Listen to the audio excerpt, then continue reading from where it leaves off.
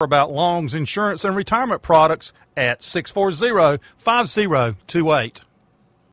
Joe's Barbecue has been serving Columbus and surrounding counties for over 50 years, serving a Southern cooking lunch buffet Monday through Saturday, a pig picking buffet on Friday and Saturday night, and a Sunday lunch buffet.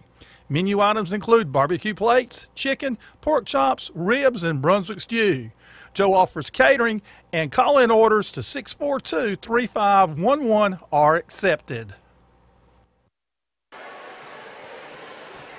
And welcome to another Columbus Career and College Academy broadcast of Columbus County High School basketball. I'm Franklin Davis, and joined tonight by Mr. Kevin Toman, and we here at West Columbus High School for another county rivalry matchup, the Stallions of South Columbus and the Vikings of West Columbus. Kevin, both of these teams coming off of varsity games last night, different results. The Stallions taking a win over Green Sea Floyds to improve, I think, to 6-3 overall, and the Vikings losing a tough one to their rival, the Whiteville Wolfpack. So if you look at how the two teams were stressed last night, you got to say maybe a little bit of advantage for the Stallions because their win was easier. Absolutely. Conditioning might be a factor. These teams both also played on Tuesday with 3 games in 4 days, and these kids just coming off a Christmas break. Conditioning and getting their running in over the break could tell the tale who wins this ball game tonight. I mean, the weather outside might be frightful, but it's going to be white hot inside this West Columbus gym tonight. Well, let's hope the play is delightful then if the weather is going to be frightful.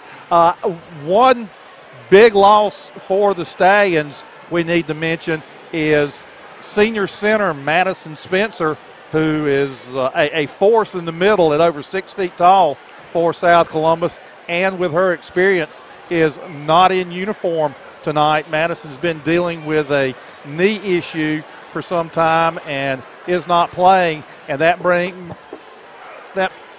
means freshman Michaela Wright will, I imagine, step into the starting lineup. And last night, Wright had 16 points, and the Stallions defeated the Trojans, so she's certainly capable. White definitely capable, really good fill-in for Spencer, but with Spencer you lose that experience, especially that senior leadership on the floor, and this promises to probably most likely be a tight game tonight, and really you really want your senior leader on the floor in those situations. Wright definitely a capable fill-in, good offense, but you really miss that presence in the middle with Madison Spencer.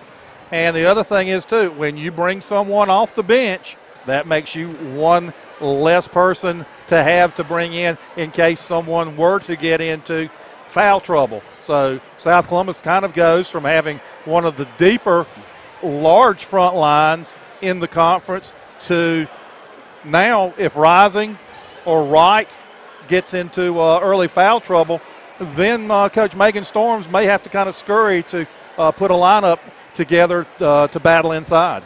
One thing about those South Columbus Stallions, though, they are hustlers. They may not be the biggest team in the conference, but they will hustle after every loose ball. They'll scrap underneath, and their pressure game will give West Columbus fits tonight. The question is, like you said, are they deep enough to battle a West Columbus team that fills quite a few young ladies?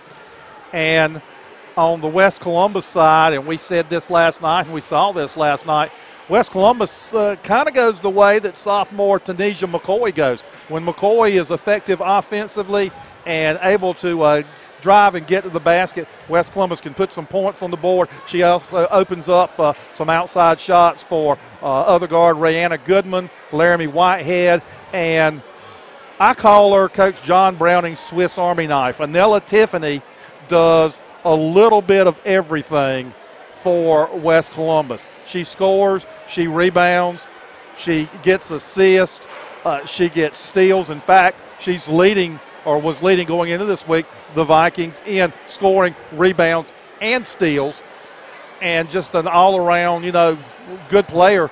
Absolutely. Coaches love players like Tiffany, the ones you get those minutes and really will scrap for those big rebounds you're going to need underneath. And with Tiffany, she is just as dangerous on the offensive end as she is on the defensive end. And like you said, when you have West Columbus, when they're able to distribute the ball and get everybody involved, they're a much more effective team. Willow Stackhouse had a good game inside against Whiteville last night, and you would have thought that in this game Spencer would be able to negate Stackhouse on the inside, but with Spencer out, Stackhouse has shown that she can be effective on the offensive end, and she's intelligent enough to know her, and I don't mean this in a negative way, but she knows her limitations offensively. She's not going to take a 10-footer. She's going to work her way to the basket and typically rebound, put up missed shots, and be available for guards driving the dish off to her for the shot 2 or 3 feet away from the basket. So it'll be interesting to see if they can get her open inside as well. I got a chance to see Willow Stackhouse play a lot when she was in Cerro Gorda. She's a very heady ball player, and she's a very bright young lady, honor society type kid, AIG, very intelligent, and what she makes up for in athleticism, she definitely makes up for in ball sense and all-around heady play. She will do what she needs to do, and she knows how to take advantage of every opportunity she gets. I want to mention to folks that are a little surprised. The original schedule had the Columbus Career and College Academy at South Columbus covering their game against Red Springs tonight, but Robeson County Schools has canceled classes for Friday. That means that their athletic teams are unable to participate in contests Friday night, and as that just happened, all of the 4 Robeson County teams were paired up with the 4 Columbus County teams on Friday, so all of those games got postponed. South Columbus and West Columbus were scheduled to play next Tuesday, but in order to open up another playing date, they got together and moved that game to tonight. And actually, this is a rescheduled game from December. We got to follow on Columbus County Sports Network that magical run South had in the state football playoffs, and this game was originally scheduled for December. And I'll tell you, you got 2 great rivalries. This may not be the Hatfields and the McCoys, but you got a great neighborhood backyard rivalry tonight. And as so happens in many of these games, these are the things we're going to look for tonight. Turnovers. We're going to look for extra second opportunities, second chance points, because these teams are no stranger to each other. They play each other in middle school, church ball. These kids know each other very well. They know each other's strengths and weaknesses. So those little fundamental things that the coaches stress all winter are going to come into play tonight. Absolutely. It's not going to be any secret that either coach has that they spring on the opposition. It's simply going to be execution of the game plan that's already in place that both coaches are aware of that the other team has. And if you can execute it, if you can set screens, and we'll just have to see how it goes. Well, we're down to about 2:20 to go before the opening tip of the girls' game. So we're going to recognize a few more of our sponsors and take a sip of this nice, refreshing water that Rob has brought up. Listen to my grammar. Jeez, you think I live with an English teacher. Well, that's okay. He brought the pizza. That's the important thing. So, anyway, we'll be back with more in the opening tip in just a few minutes. You're listening to WZCO 89.9 FM. Johnston's is the official class ring and graduation supplies provider for Columbus County Schools. A Johnston's representative will be visiting your school this fall. Johnston's product information is available at Overby office at johnston's.com or 910-675-3886. Overby School Services, Reginald Lewis, and Johnston's are proud to help sponsor tonight's CCCA sports broadcast. Tonight's game on 89.9 WZCO is brought to you by Sterling Kuntz and the employees of Tabor City Medicine Mart on South Main Street in Tabor City and Kuntz Medicine Mart 112 East 7th Avenue in Chadbourne, providers of prescription medications and other home health care products. Tonight's game on WZCO is sponsored by Parks Thomas and the staff of Regalwood Mutual Drug. Regalwood Mutual Drug has been filling prescriptions, advising, and serving customers since 1989. Located just off Highway 7476 at the Columbus-Brunswick line. The Southern Sizzler Family Restaurant in Whiteville is open Tuesday through Friday, 11 until 9, Saturday and Sunday, 10:30 until 9. A lunch and dinner buffet is served daily. Seafood is on the buffet Friday and Saturday nights. Menu items include burgers, steaks, and chicken. Ice cream is included with each meal. Brandon Collins and the Southern Sizzler family are happy to help bring you tonight's Columbus County High School sports broadcast.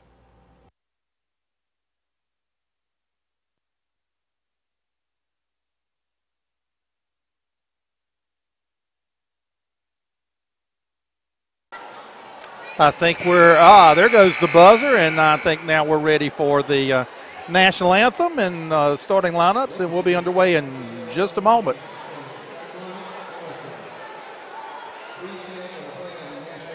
So we'll have our national anthem now and then the starting lineups.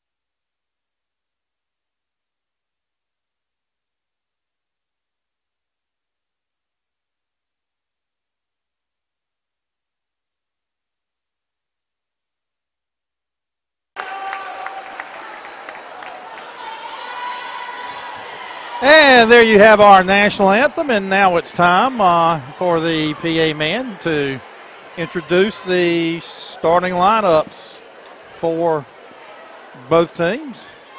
And we'll find out exactly who that is. Don't really expect any surprises. It appears that it's going to be Kayla Turvable, Haley Rising, Carson Powell, and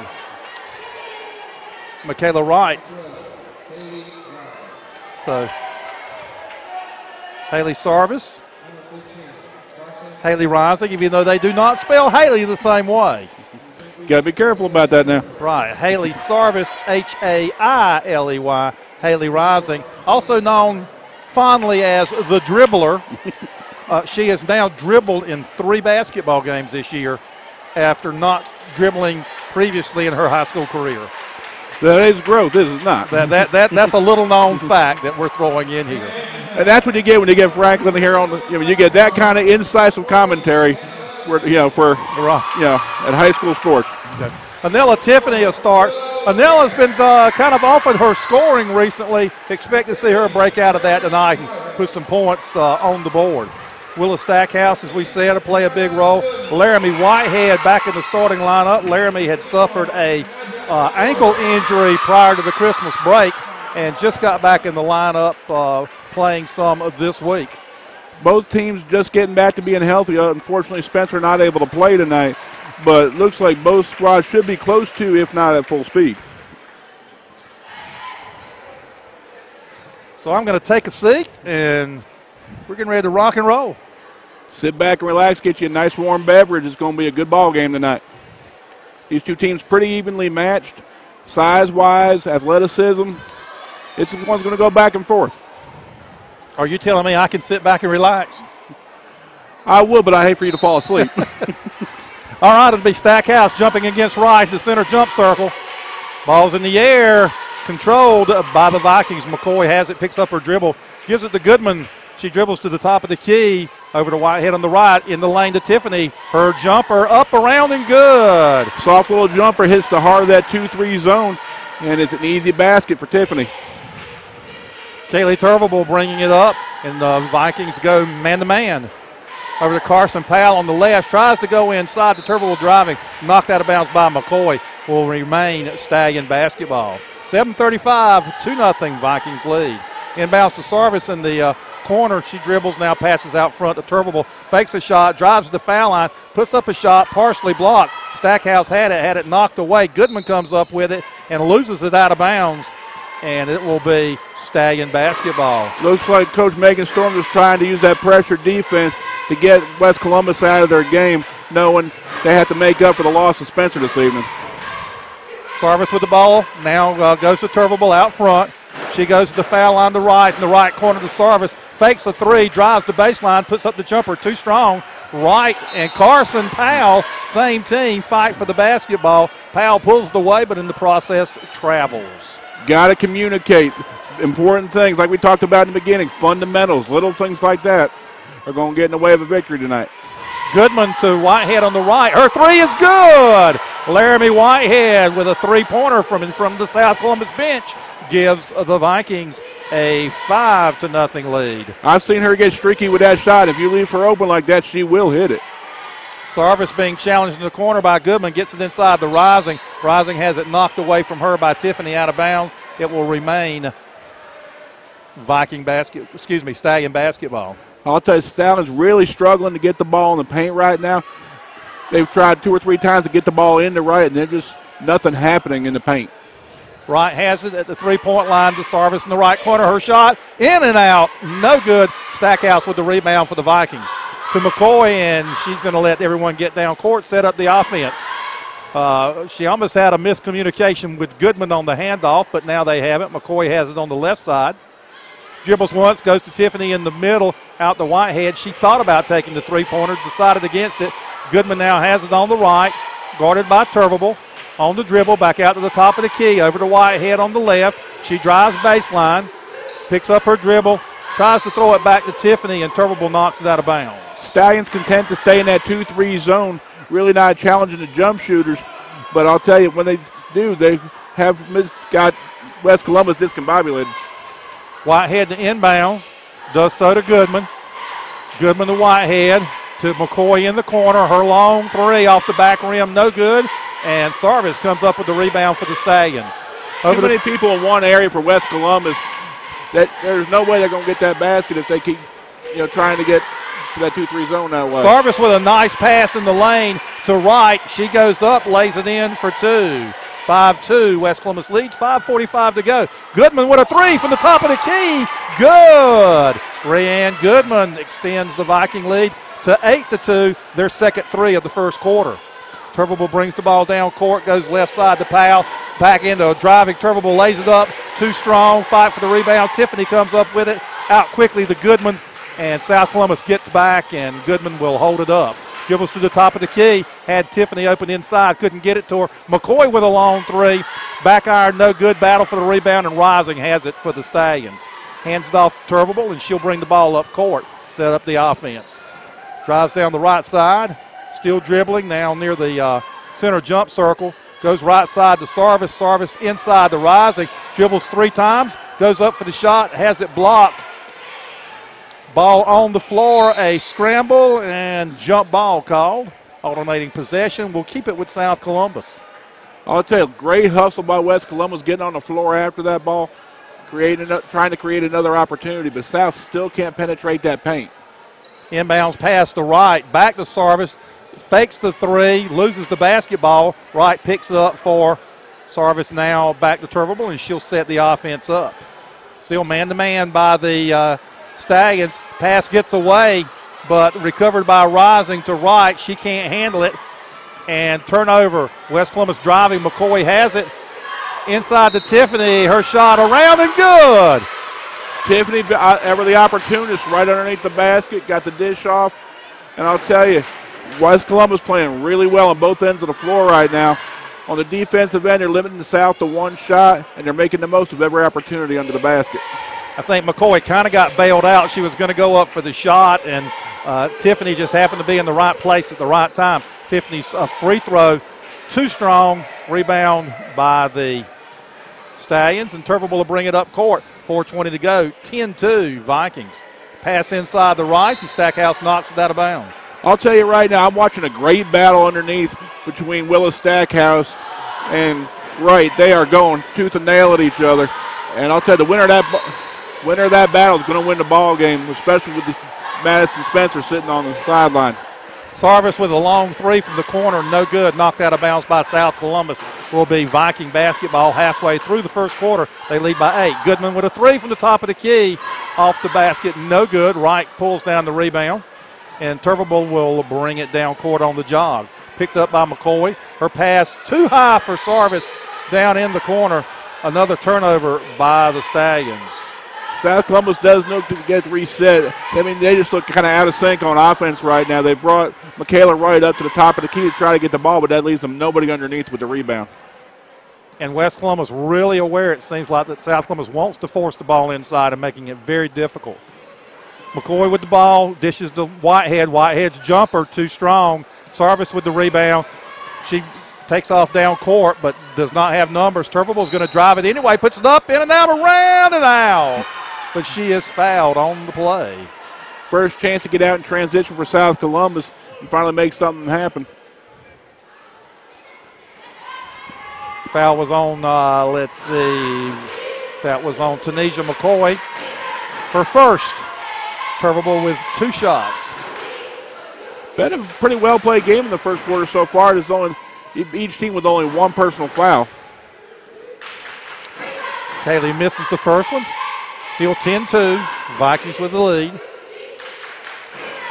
Second free throw up, front rim, back rim, and falls in. So Turville 1 for 2 at the line. Free throws ever important, especially in these close ball games. Whiteville won last night against West Columbus despite going 3 of 23 from the line. Wow. Whitehead gets the ball inside to Tiffany. She has her shot blocked. Carson Powell out on the break, and I think she's going to be called for a double dribble. Yeah, she was, but if you notice, South changed from a 2-3 to a 3-2, caught West Columbus off guard and got the quick turnover. Stackhouse inbounds to Goodman. Looks like they're Stallions are going to put a little bit more pressure on the outside shooting now of the Vikings. They get the ball to Stackhouse at the foul line. Back out to McCoy, and her pocket's picked by Powell. Powell on the drive and has it taken away by McCoy, but McCoy steps on the baseline. The Stallions will retain possession. South connects on 2 quick turnovers with that 3-2. The ball pressure definitely giving West Columbus fits right now. Inbounds to Wright. Wright to Sarvis in the corner. She looks inside, picks up her dribble. Back out to Turville out front. Dribbles to the top of the key, back in the corner to Sarvis. Her three partially blocked by Goodman, but Wright comes up with it, puts it back up, no good. South Columbus with the rebound, out to Turville, her three short, and Goodman with the rebound. She comes out in a hurry, got Tiffany ahead of everybody, dishes to her off the glass, and good. Great transition by the Vikings. Got the ball out way ahead of time. South with a timeout, looks like a full. Adela Tiffany with 6 of the 12 Viking points here in the first quarter, and they lead 12-3, 2:26 to go here in the first quarter of play. And, Kevin, it really looks like South Columbus wanting to get the ball in the paint, but West Columbus sagging back in, and until the Stallions hit some three-pointers, they're going to have a hard time getting the ball inside. They're going to have to get it open with a jackknife, I'm telling you. Willis Stackhouse really battling Michaela Wright underneath, and she is not letting anything in the paint. South finally getting some transition going. They have to start hitting, like you said, the jump shots and some layups. On that last time down the floor, they actually got 2 or 3 chances at the basket, and that's going to be key because right now they're just cold from the floor. And on the other end, West Columbus with a couple of early threes has caused a change in defense for South Columbus. And now that started to open up some of the passes inside where Tiffany and Stackhouse may be able to take advantage of it. Absolutely right. You need to make them come out of that zone. Otherwise, you're not going to be successful. Stallions bringing the ball back up the floor. Turville drives foul line off the glass and good. mostly uncontested. First chance she got a chance to get in the paint, and looks like she's right on. All right, Goodman on the dribble, top of the key. She's harassed by Sarvis to Whitehead in the corner. Her three, no good. Battle for the rebound, and Michaela Wright uses her height advantage to get the rebound.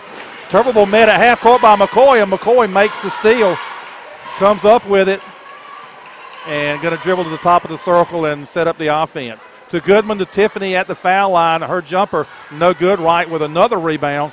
Outlet to Turbeville, and she'll slow it down this time. That's a tough mismatch for Tiffany on the offensive end as she ends up getting matched up with Michaela Wright, and she's struggling to get that jump shot off.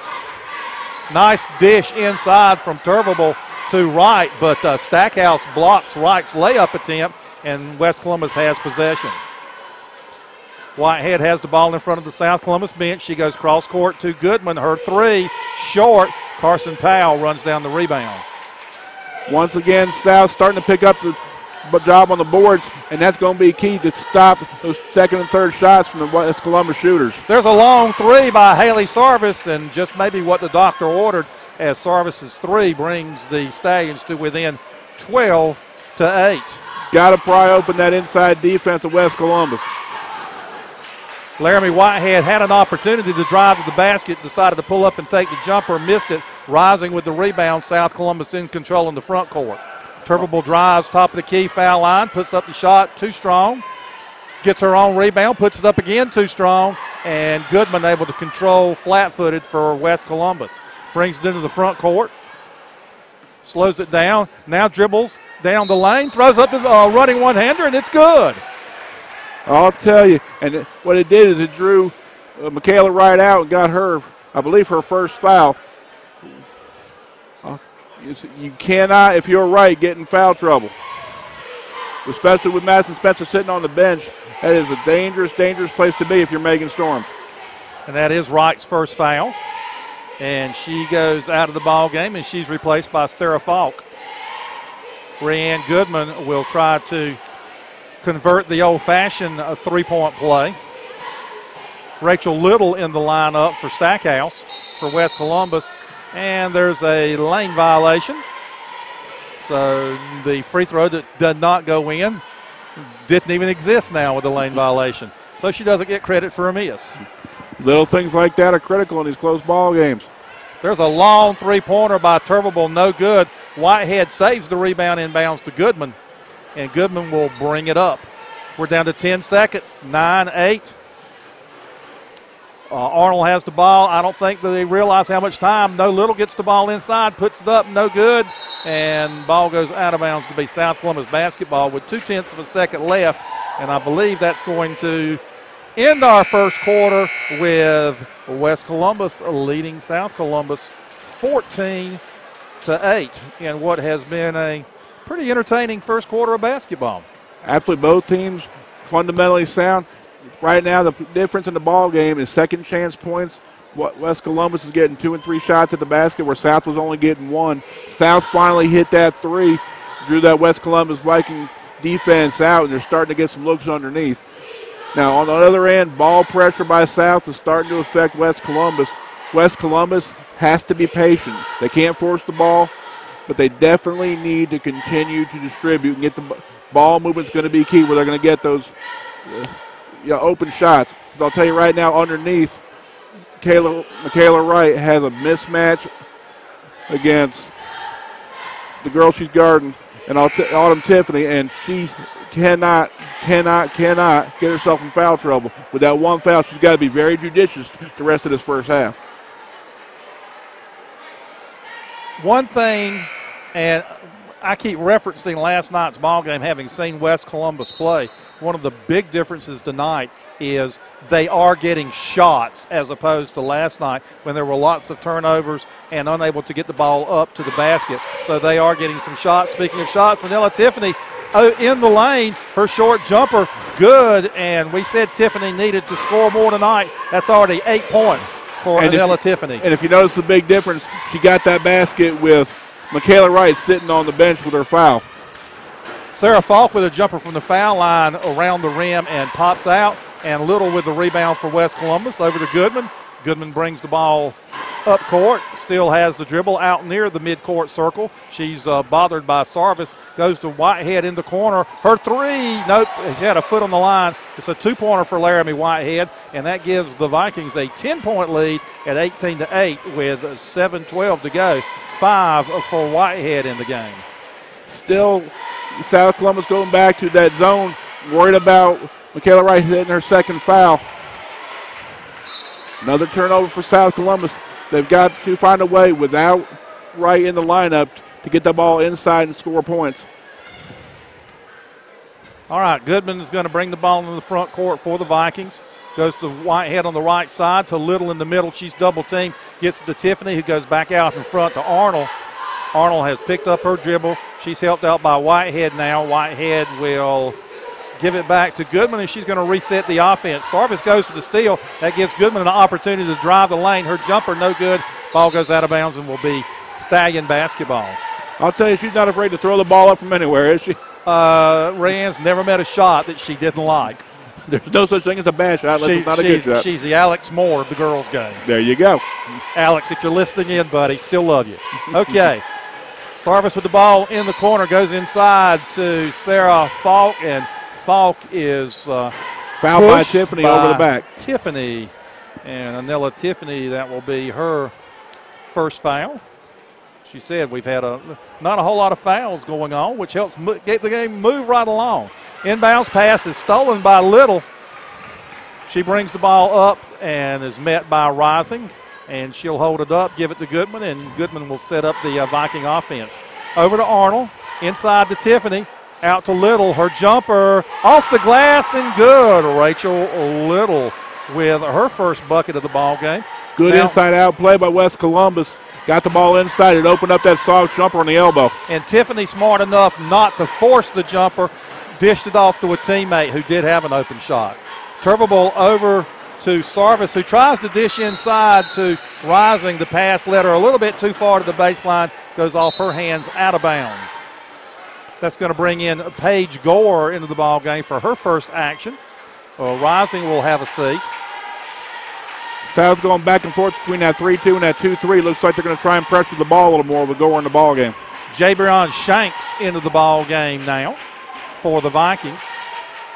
She has the ball, now goes to Whitehead out at the top of the circle. Over to McCoy. McCoy loses it momentarily, but picks it back up. She's guarded by Carson Powell. Looking for a screen. Doesn't get it. Goes into the middle. Ball tipped away by Sarvis. Falk comes up with it for the Stallions.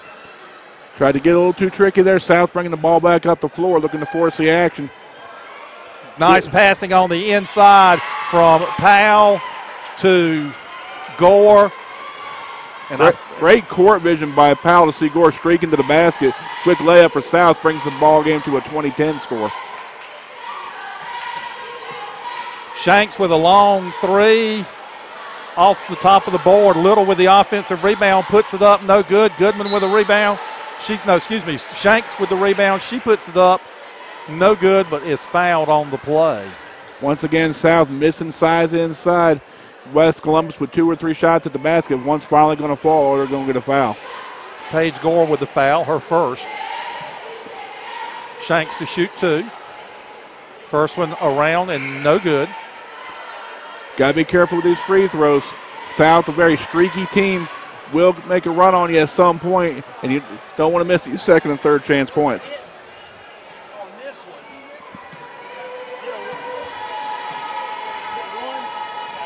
Here's the second free throw, up and good. So 21-10 now, 4:46 to go before halftime. Falk, Gore, Turvable, Sarvis, and Powell on the court for the Stallions. Sarvis has the ball, drives into the right corner, puts up a long three.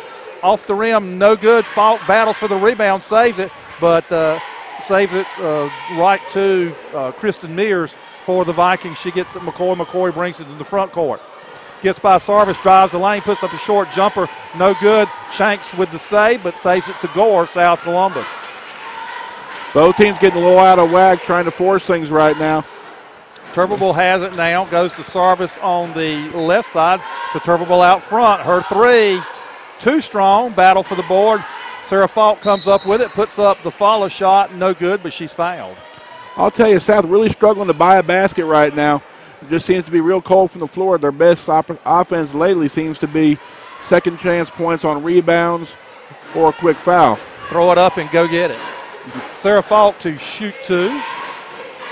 First free throw up, front rim, back rim, and falls in.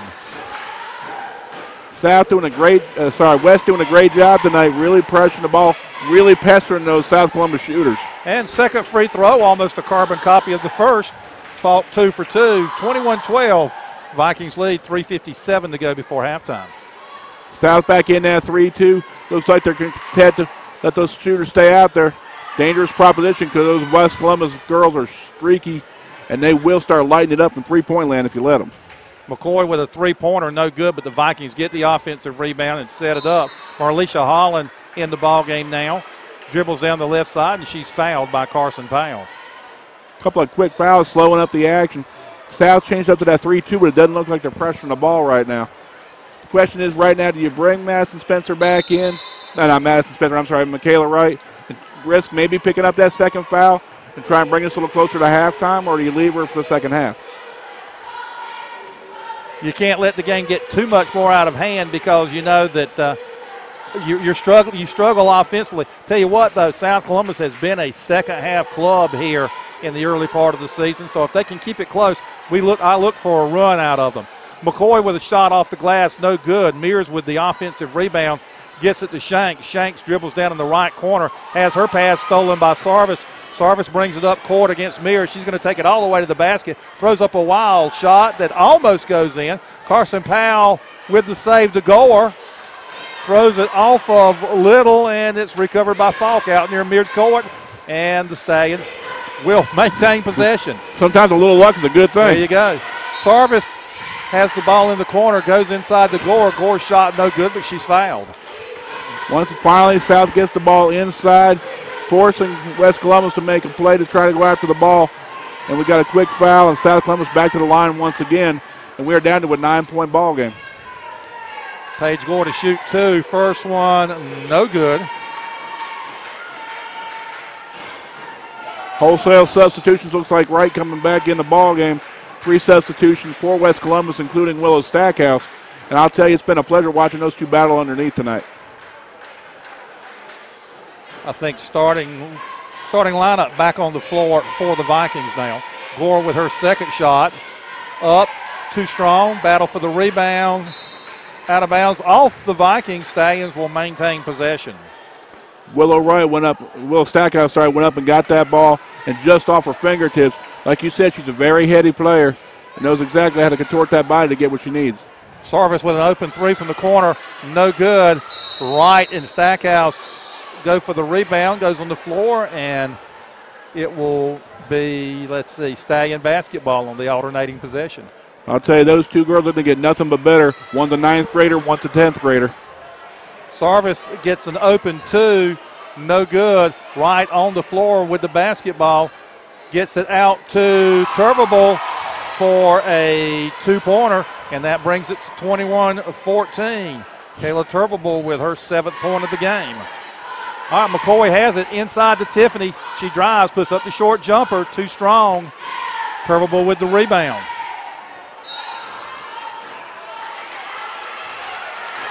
Turbable is called for traveling.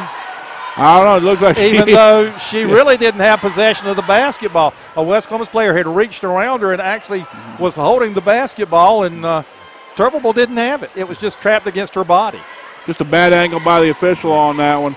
And it looked, for all the world, like she had the ball from the backside, but like you said, not even close. Goodman with a 3-pointer, no good, but Tiffany gets the offensive board, and West Columbus resets. Holland out front to Goodman. Her running one-hander, no good, but she's fouled. She'll go to the line and shoot 2. Got to get a body in front of her, got to move your feet. That's the danger of getting out of position. You're going to get those quick reach fouls, and we're getting closer to the bonus. South Columbus committing their 5th foul. That's Haley Sarvis's first foul. Brianne Goodman to shoot 2. First free throw, nothing but nylon. That's 6 points for her. She's had one other time at the line, but it was negated by a lane violation. 1, 2, 3 dribbles, a spin of the basketball, puts it up, around, no good. And Michaela Wright cannot hang on to the rebound. And she was pretty much uncontested, but that'll give West Columbus the basketball, minute 57 to go. They've got an 8-point lead here before halftime. Anella Tiffany inbounds to Whitehead, and she's fouled by Turvable. South getting a little bit too aggressive. That's their 6th foul. Next one will be 1-1. You really got to be careful if you're South. Like you said, you don't want this to get out of hand. West Columbus, a real streaky shooting team, and if they can get this up to 10 or 12 before halftime, it's going to be tough for that South Columbus offense to come back. And that is Turvable's 2nd foul, and she is a key cog for this game. Anella Tiffany was so open. Yeah, she saw nothing but blue in front of her, and she was on the way to the basket. When she got the basketball, it was like that she saw the goal line and put her head down and took off. She just didn't dribble the football on the way to the goal line. She saw that, and she saw the basket all the way, except for the fact that she forgot to dribble it when she went. All right, Maggie Butler in running the point in place of Turbeville, who's on the bench with her 2 fouls. Pass inside to Butler. She goes over to Gore, out to Sarvis. Sarvis fakes a 3 over to Butler. Her 2 is short. Sarah Falk comes up with the offensive rebound. Falk's done a good job of offensive rebounding since she's been in. Sarvis's pass picked off by McCoy ahead to Goodman, whose layup is too strong, and there is a foul on the rebound attempt by Anella Tiffany, and that's going to be her second foul. Looks like both teams starting to get a little bit of foul trouble. Minute 18 to go. South really needs to get a basket or 2 before halftime to bring this a little bit closer.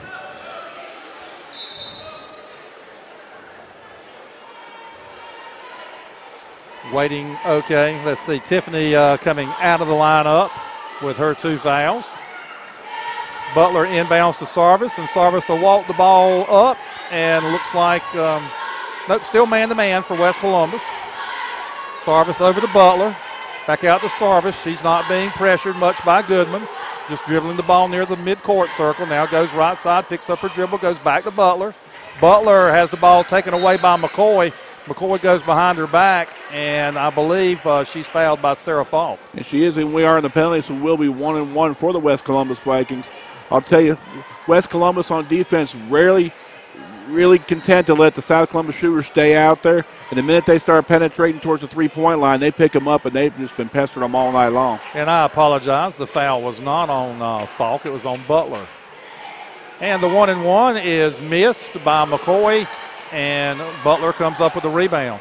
Hands off to Sarvis. We're in the final 45 seconds of the first half. 22-14, Vikings lead. Pass inside the right, lays it up off the glass, no good, gets her own rebound, tries to go back up again, and she's fouled, I believe, by Rachel Little. Strong play by Michaela Wright. Not only does she get the ball in, she takes it underneath Superman drill like we were taught in elementary school, kept the ball up, didn't bring the ball down where she can get it taken from her. Missed the layup, but she was able to put it right back up and pick up the foul.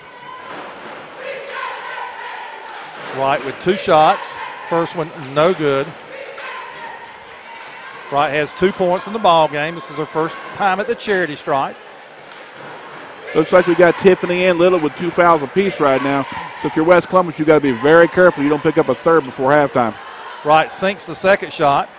Let's see if the Vikings play for one. Goodman brings the ball up court. Stops at the top of the key, goes to McCoy on the right side. South Columbus with the defense. Packed back inside the 3-point line right now. Into Stackhouse. Short jumper, no good. Challenged by Rising on that shot. 20 seconds to go. Sarvis brings it up, dumps it inside the Rising. Rising shot, no good. And had her own rebound, but taken away by Stackhouse. Whitehead has it now. To McCoy, down to 9, 8, 7, 6, 5. McCoy on the dribble. Goes inside the Stackhouse. Her hook shot, no good, but she's going to be fouled by Rising.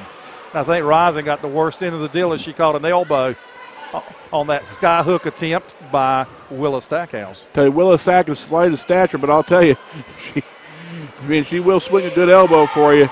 Tough foul to take right before halftime. Her first free throw is no good.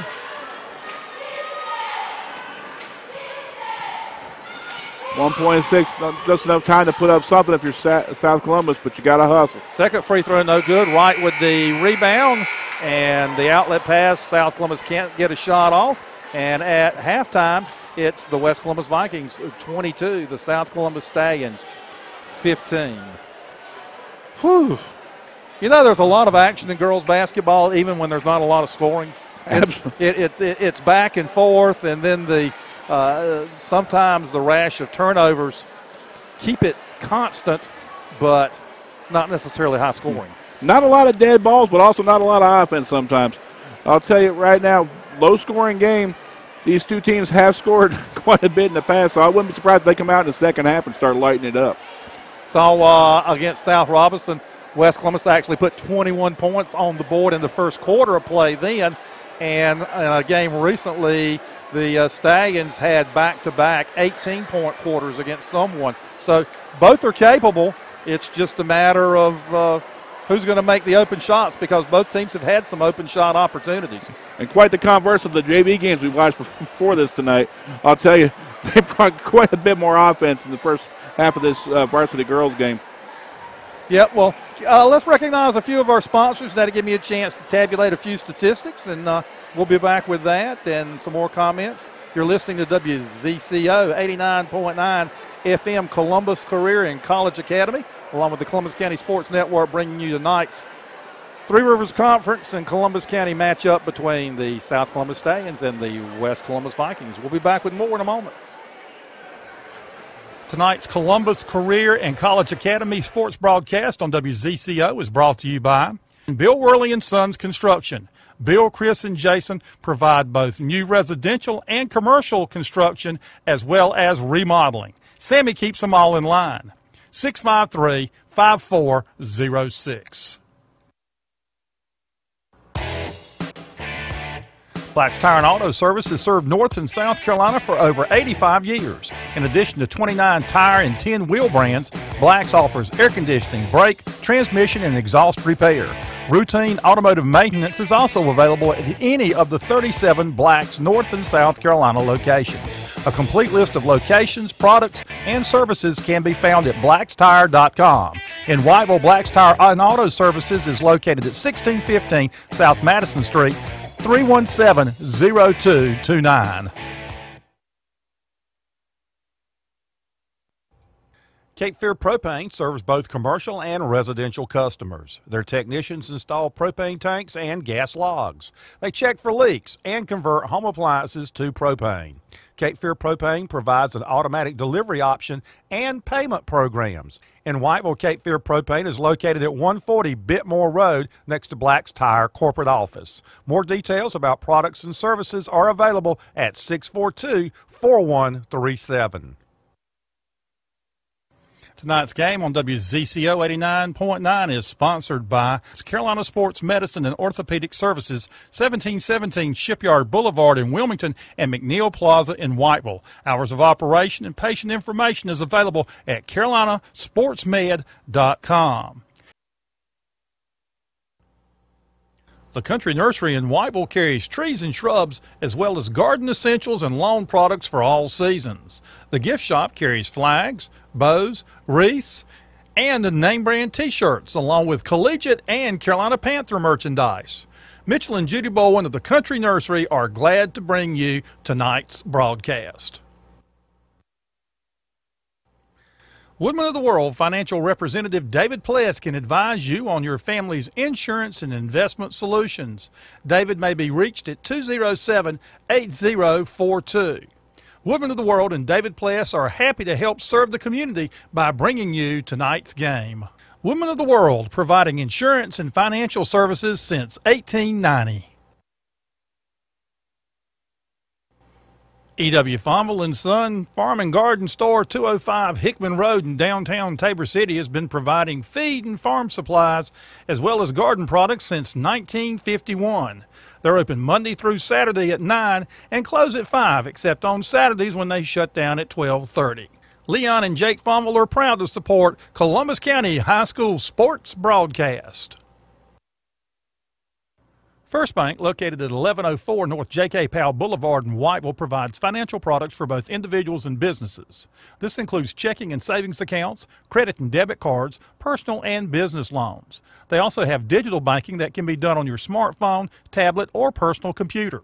First Bank has been in business since 1935. First Bank is located at 102 East 5th Street in Tabor City and 1104 North J.K. Powell Boulevard in Whiteville. First Bank is an equal housing lender and member of the FDIC.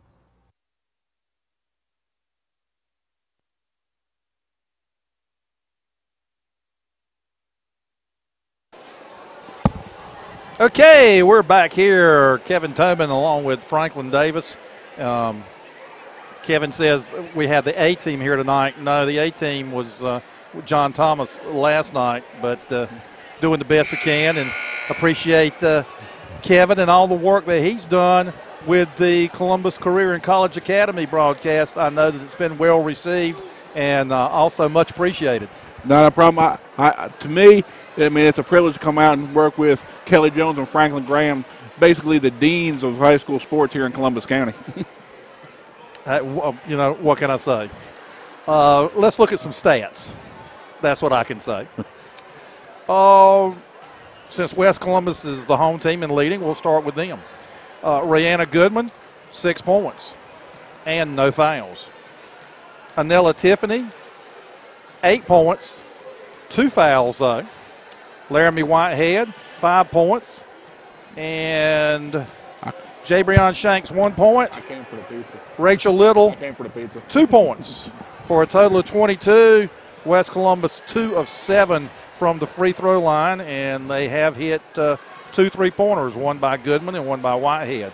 For the South Columbus Stallions, leading their scoring is Kaylee Turbable with 7 points. She also has 2 fouls. Michaela Wright, 3 points. Haley Sarvis, 3 points, and that came on a 3-pointer in the first quarter. Sarah Falk, 2 points on 2 free throws, and that totals to 15. South Columbus 3 of 6 from the free throw line. Not that many turnovers, but I would say probably both teams' shooting percentages in the 30% range. I might be kind saying that. Roughly, I used to teach English, not math, so my math is a little bit off on that. But I can tell you, both teams really showing the effects of playing 3 games in 4 days. To look at second half, West Columbus playing a pretty solid game defensively. Offensively, really got to be careful about getting Little or Tiffany in more foul trouble. Both of them with 2 fouls to start the second half. If you're South Columbus, you've got to find a way to solve that riddle of what's underneath. Because I'll tell you right now, South can't buy a basket on the outside, and until they do, they're not going to bring those defenders from West Columbus out to where they can drive to the basket. Well, fortunately for both teams as far as foul trouble goes, no one with 3, and I think the 2 teams would be most affected if Turbable picks up her 3rd. She's the leading scorer for South, or Tiffany would pick up her 3rd. I think West Columbus may be a little bit better equipped to handle Tiffany's 3rd foul, though, than South is to handle Turbable's, because she's not only a main scorer, but she's a main ball handler that sets up some of the others for scoring as well. All right, underway here in the 3rd quarter, West Columbus basketball. Goodman has it out at the top of the key. She's guarded by Turbable. Laramie Whitehead sets the screen. Now Goodman drives right side, puts up the shot. Haley Rising initially thought it was going to be a clean block, but it looks like they're going to call the foul on Rising, and that's going to send Goodman to the line to shoot 2. That's the 2nd foul on Haley Rising, and the first team foul on South Columbus. Clean block up top, but she did have a hand in the back. Little things like that, just get a little bit out of position, and she picks up her 2nd foul. Goodman's first free throw is good.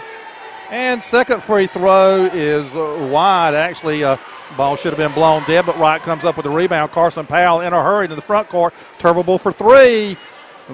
Short. Battle for the ball goes on the floor. We're going to have a tie-up. Once again, both teams hustling to the floor. 4 girls on the floor going after that basketball. And I'll tell you, quick turnover transition. Almost a good chance for South Columbus to get back in this ball game. Turbable had a wide open 3. Shot just a little bit short. Sarvis's inbound pass goes to Wright. The Sarvis in the corner. She drives, stopped, puts up a jumper. Goodman blocks it. Rising with the offensive board out to Powell. Her three short. Turbeville tries to save it, but steps on the baseline in her attempt to recover the basketball. Both teams a little shaky coming out in the second half, trying to put the ball in the basket. Which team picks it up first is probably going to determine who's going to win this ball game. Goodman over to McCoy, well out front on the left side. She's guarded by Sarvis. Now she drives. She's got an open lane to the basket. Sarvis gets a piece of it. Tiffany with the rebound. Her shot around and out. Wright comes up with it. She's double teamed, but gets it off to Turbeville. Turbeville in a hurry coming up court. Her pass to Rising. Rising makes a nice catch, but tries to return it to Powell, and it's taken away by the Vikings. Adjustment by West Columbus. They've got every girl almost outside the three-point line, and South is almost daring them to try to drive to the basket. Whitehead drives by Powell, puts up a shot. Ooh, in and out. But they're going to say the foul occurred before the shot. Be West Columbus basketball out of bounds. Let's see. I believe that foul on Carson Powell will be her second. Team second. 6:34 to go. 23-15 the score. Vikings lead. Powell out of the ball game. Sarah Falk, who did a good job on the boards for the Stallions in the first half, comes in to replace her. She's on Whitehead. She gets it inbounds to Goodman. Tiffany at the top of the key. No one guarding her, and she hands off to Goodman, who goes to Whitehead, to McCoy down in the corner. She drives baseline against Sarvis, puts it up, no good, and Sarvis runs down the rebound in the corner. West Columbus trying to use their athleticism to really get these South players out of position, and they just couldn't put the ball in the basket. Turbeville passed the ball to Wright. It was deflected by Stackhouse, but Turbeville came back up with it, drove to the hoop, puts it up, scores, and she's fouled by McCoy. Great play by Turbeville. Turbeville with her 9th point of the game, and McCoy picks up her second foul. Turbeville really carrying the load offensively for South Columbus right now. Need somebody else to pick it up. We've got a lane violation by South. Michaela Wright in the lane just a bit too early.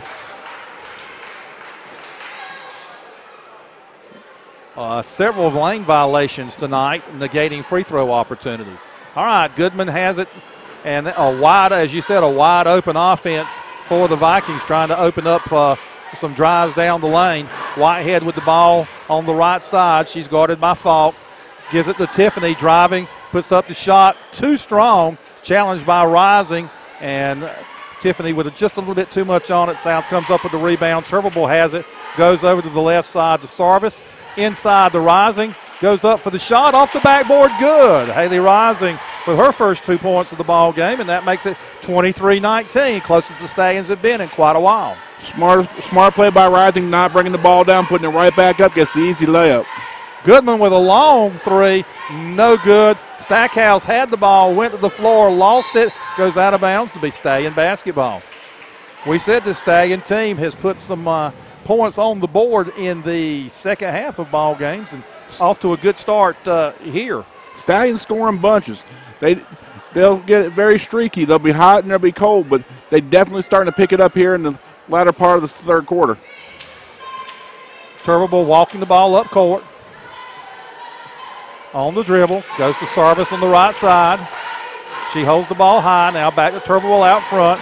Now dribbles around to the left side, looking to get the ball inside, but no one able to break open as the Vikings have it back.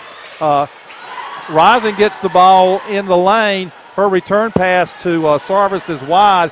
Goodman has it, drives to the basket, and Rising, I think, kind of in a frustration foul after the bad pass, fouls Goodman. That's the third foul on Rising. Real dangerous point if you're South Columbus right now, especially you got Madison Spencer sitting on the bench. You've got 3 fouls on one of your better scorers. You have to be careful right now. This is a dangerous spot if you're South Columbus. If I can start picking up the offense here, it's going to be tough for South to come back. Goodman's first free throw a little strong. Back rim, no good. Goodman now 2 of 5 at the line. Good-looking stroke, just a little strong with that one. Second free throw up, and that one's good. Again, that's maybe a little bit of arm fatigue. 3 games in 4 days, and this has been a battle.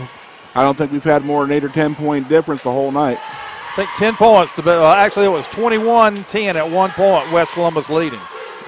Sarvis with the ball, goes inside to Falk. Falk's turnaround jumper off the rim, no good. Laramie Whitehead flat-footed takes the rebound. Gets it off to Goodman. Goodman's going to bring it up court. South's got to get to the boards. There were 4 white jerseys underneath that basket and no black jerseys for South Columbus. Madison Arnold with a drive down the left side, puts the ball up left-handed and scores. Madison Arnold with her first 2 points of the ball game. Nice-looking drive there by the youngster from West Columbus. Ball in the corner to Sarvis. She pump fakes, puts it up, around, off the rim. Stackhouse high for the rebound. Hands off to Goodman. Stackhouse not challenged on that rebound. Goodman has it out front, guarded by Turvable. Over to Whitehead, guarded by Falk. She dribbles down in the corner, goes baseline, goes back outside to Tiffany. Her 3, off the glass and good. Anella Tiffany, the bank is open on Friday night in Cerro Gordo. Miscommunication by the South Columbus defenders on the return pass. Tiffany was wide open on the elbow, and she switched that very easily. 11 for Tiffany in the game now. West Columbus lead back to 10 quickly after South had closed to within 4. Turbable fakes the three-pointer, drives the lane, puts up the short shot off the glass, and good. Kalia Turbable now with 11 points for South Columbus. Turbable with a great ball fake, up and under, wide open in the paint.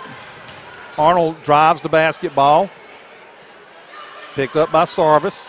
Now over to Whitehead, into Tiffany, and I think Tiffany is going to be fouled by Wright. Just a little bit.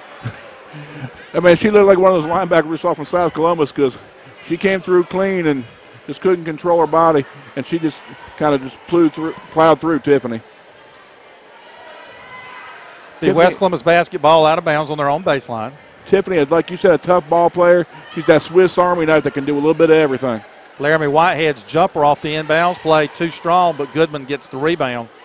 Goodman has it, back to Whitehead. She'll try again. This one off the front rim, no good. Rebound by, let's see who that was. I think that was Amanda Watts with the rebound for South Columbus. Seeing action here in the second half. 2:38 to go here in the third quarter of play. Turbable drives right side, tries to go inside to Paige Gore, who had good position, but Turbable's pass led her to the baseline a little bit too much. Ball goes out of bounds. Turnover for the Stallions. West Columbus sat back in that 2-3 zone, cut off the angle, and just like you said, just let her a bit too much on the entry pass. I almost think that Turbable would be better off taking that shot and letting the Stallions go to the board. Goodman drives, puts up the shot. It's good, and there's going to be a blocking foul, I believe, called on Sarvis. Sarvis had good position. She's just a little bit too far underneath the basket to draw the charge. Second foul on Sarvis, and Goodman will go to the line to try to complete the three-point play. Free throw up and out. But Stackhouse gets the rebound and puts it back in for 2. So a 4-point trip that time for West Columbus, and they lead 33-21 now with 2:10 to go. Great opportunistic play by Willis Stackhouse, getting inside position on the defender, gets the putback down here at the other end to the defender from West Columbus, just a little bit too aggressive, gets the holding call. Turbable takes the inbounds pass, drives to baseline, puts it up, no good. Fight for the rebound between Watts and Stackhouse. Jump ball, possession to West Columbus. Nice couple of trips down the floor for Willis Stackhouse, both on the offensive and the defensive end. She's getting a lot more aggressive with the smaller players that she's guarding right now. Goodman with the ball out at the top of the key. Picks up her dribble. Over to Tiffany on the right side. Guarded by Falk. Back out to Goodman out front, who holds the basketball. Turbable takes a swipe at it. Now over to Tiffany. Ball goes inside to Arnold, who has her shot blocked by Sarvis. Watts picks it up, gets it to Turbable, and the Stallions will take over. Minute 30 to go in the third. Stallions trail by 12, 33-21. Pass to Falk to Sarvis in the right corner. Her 3 off the front rim, no good. And Arnold able to run it down for the Vikings. Over to Goodman, inside to Tiffany. Her driving shot too strong. Whitehead follows, no good, and I think we may have Tiffany over the back. That's 14. That's Anella Tiffany, and I believe think that's that her was third. 24. 24? Call it on 24. Willow Stackhouse. And I believe Stackhouse, that's just her first. So the Vikings get a break there, as I thought it was Tiffany involved in the action, not Stackhouse. But, hey, the officials are several feet closer to it than I am. It's that angle. You always see the second flag, right? There you go. Turbeville going to walk it up front, makes the play call. Rising sets a screen for her. She lost a three. Wide left. Carson Powell back in the lineup. Gets the rebound, but travels as she tries to get her feet set under to go up for the follow shot. Just under a minute left in the third quarter. You got to wonder if West Columbus is going to take the air out the ball. South going to that 3-2 defense. Going to pressure the ball. I'm personally going to take the last shot up 12 if they're going to stay back. And Arnold has the ball taken away by Turbeville. She's going to drive, puts it up off the glass, and good. Talia Turbeville with her 6 point of the quarter, 13 for the game, brings the Stallions back to within 10. Told you they should have held the basketball. I think they tried, but South really pressuring the ball. Every time the ball gets picked up by the point guard, South's going to go ahead and just ball hawk. Again, a takeaway by the Stallions, but the ball taken back away and on the floor. And, of course, when it goes on the floor, 99 9/10% of the time you're going to get a jump ball in girls basketball. Absolutely. Both teams hustling to the floor. Both these teams really stress fundamentals. West Columbus really getting after it. South knowing they've got to bring this thing back closer. Otherwise, it's going to be a long fourth quarter. 5 seconds. 2, 1, and they're not going to get a shot off. Stallions do not get a shot off. West Columbus will have the basketball to start the fourth quarter, leading by 10, 33-23. We'll be back with more on WZCO 89.9 in just 1 minute. Coverage of tonight's game on 89.9 WZCO is sponsored by Horace Mann Insurance Agent Revis Long, located at 820 South Madison Street in Whiteville. The Horace Mann Company's product offerings for educators include life, auto, and homeowners insurance, disability protection, and annuities. You can learn more about Long's insurance and retirement products at 640-5028.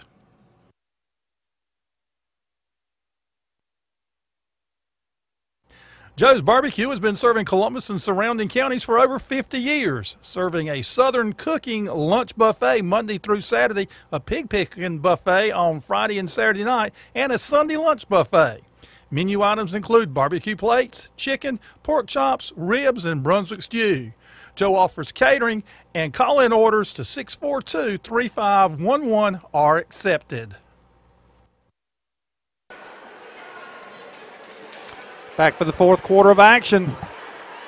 Stallions have a 10-point mountain to climb as they trail the Vikings 33-23. Viking basketball, and Goodman has it out near midcourt. Goes to McCoy on the left side. Turbeville kind of laying back off of her. Her pass to Tiffany, picked off by Sarvis. Sarvis runs it down on the baseline, gets it inside to Turbeville, who shoots and is fouled by Tanisha McCoy. So Kaylee Turbeville will go to the line and shoot two. Great job on defense, laying in wait, trying to wait for that pass to come back. And I think she's got about it timed out right now. She's stolen that pass probably 2 or 3 of the last 4 or 5 trips down the lane. Turbeville's first free throw, up, front rim, back rim, and in. Turbeville, very heady player, very aggressive. And I'll tell you, her quick defense and her quick hands has really helped her out here tonight and really kept South Columbus in this ball game. And her drawstring was showing, so that's a no-no. The official made her take care of that. These officials don't miss a thing, do they? Second free throw, swish. Lead down to 8 now, 7:40 to go in the ball game. Goodman on the walk to the top of the key to Whitehead on the right inside to Tiffany. She tries to get it inside. Her pass tipped away. Wright comes up with it. Ball ahead from Powell to Sarvis. Sarvis drives, puts up the shot, and it goes in, but the official is saying it that was on the foul was called before the shot. That foul, we're pretty sure, is on Tiffany this time. Yeah, Tiffany now picks up her third. Ball inbounded quickly. Sarvis has it. Over to Turvable. Turvable drives baseline right side. Puts up the short jumper. Good. South getting the game back to 6 points. They've gotten it to this point a couple times. Really haven't been able to close the deal as West Columbus really starts picking up their offense. And Carson Powell tips the pass to Laramie Whitehead, but Whitehead touches it last, goes out of bounds, and it will be, again, Stallion basketball after another turnover by West Columbus. Turvable quickly to the front court. Dribbles right side, almost double dribbles it, gives it up to Starvis, who brings it out near the midcourt circle, picks up her dribble. Over to Turvable on the right side. She looks to go to Rising at the foul line to Turvable. Her jumper from the right corner, no good. And West Columbus cannot control the rebound, goes out of bounds. South Columbus will maintain possession. 33-27, West Columbus, 6:46 to go in the game. Megan Storm's apoplectic on the sideline looking for a foul. Is not going to get one, but it looked like it all the world for me that she's got fouled on entry. Quick inbounds pass to Wright, who had position, but her layup no good. Stackhouse comes down with the rebound. Stallions missed a good scoring opportunity there. Goodman with the dribble down the right side. She's guarded by Starvis. Tiffany now takes it to the basket against Rising, but called for traveling. And I don't know that the Vikings have gotten a shot off yet this quarter. That's 3 straight turnovers if you're the West Columbus Vikings. Might want to think about getting a timeout here, getting things back under control. Right now, West Columbus in a 2-3 matchup zone, really pressuring the ball. South trying to go inside-outside. Little Stackhouse with the steal. Pass a little too high for Rising. Stackhouse comes up with it, gives it off to Goodman. Whitehead with a long three, no good. Wright with the rebound, and I think Stackhouse is going to be called for the foul. I mean, they had her controlled. All they had to do was keep their hands up. Stackhouse a little too aggressive, reaches on the inside. Not in the 1-and-1 yet. West Columbus with 6 fouls, the South Columbus is 5. South looks to inbound. And the way we've seen some free throw shooting in recent games, it may be good that South isn't in the 1-and-1 yet. Turvable brings the ball down the right side to Sarvis. She dribbles in front of the South Columbus bench, tries to go inside the Rising. Pass a little out of Rising's reach, goes out of bounds, and will go back to West Columbus. She really wanted that three-point shot, had to give it up to the West Columbus Viking defender, was in too good a position, and just let her a little bit too much on the entry pass. And again, if South would go ahead and take the outside shot, they've had a better opportunity to get the rebounds off the board than they have had success trying to pass the ball inside.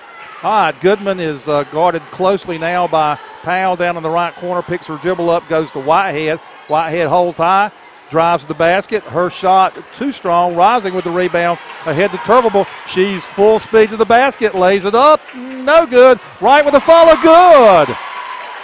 Second chance points will get you every time. Quick timeout by Megan Storm, getting a 30.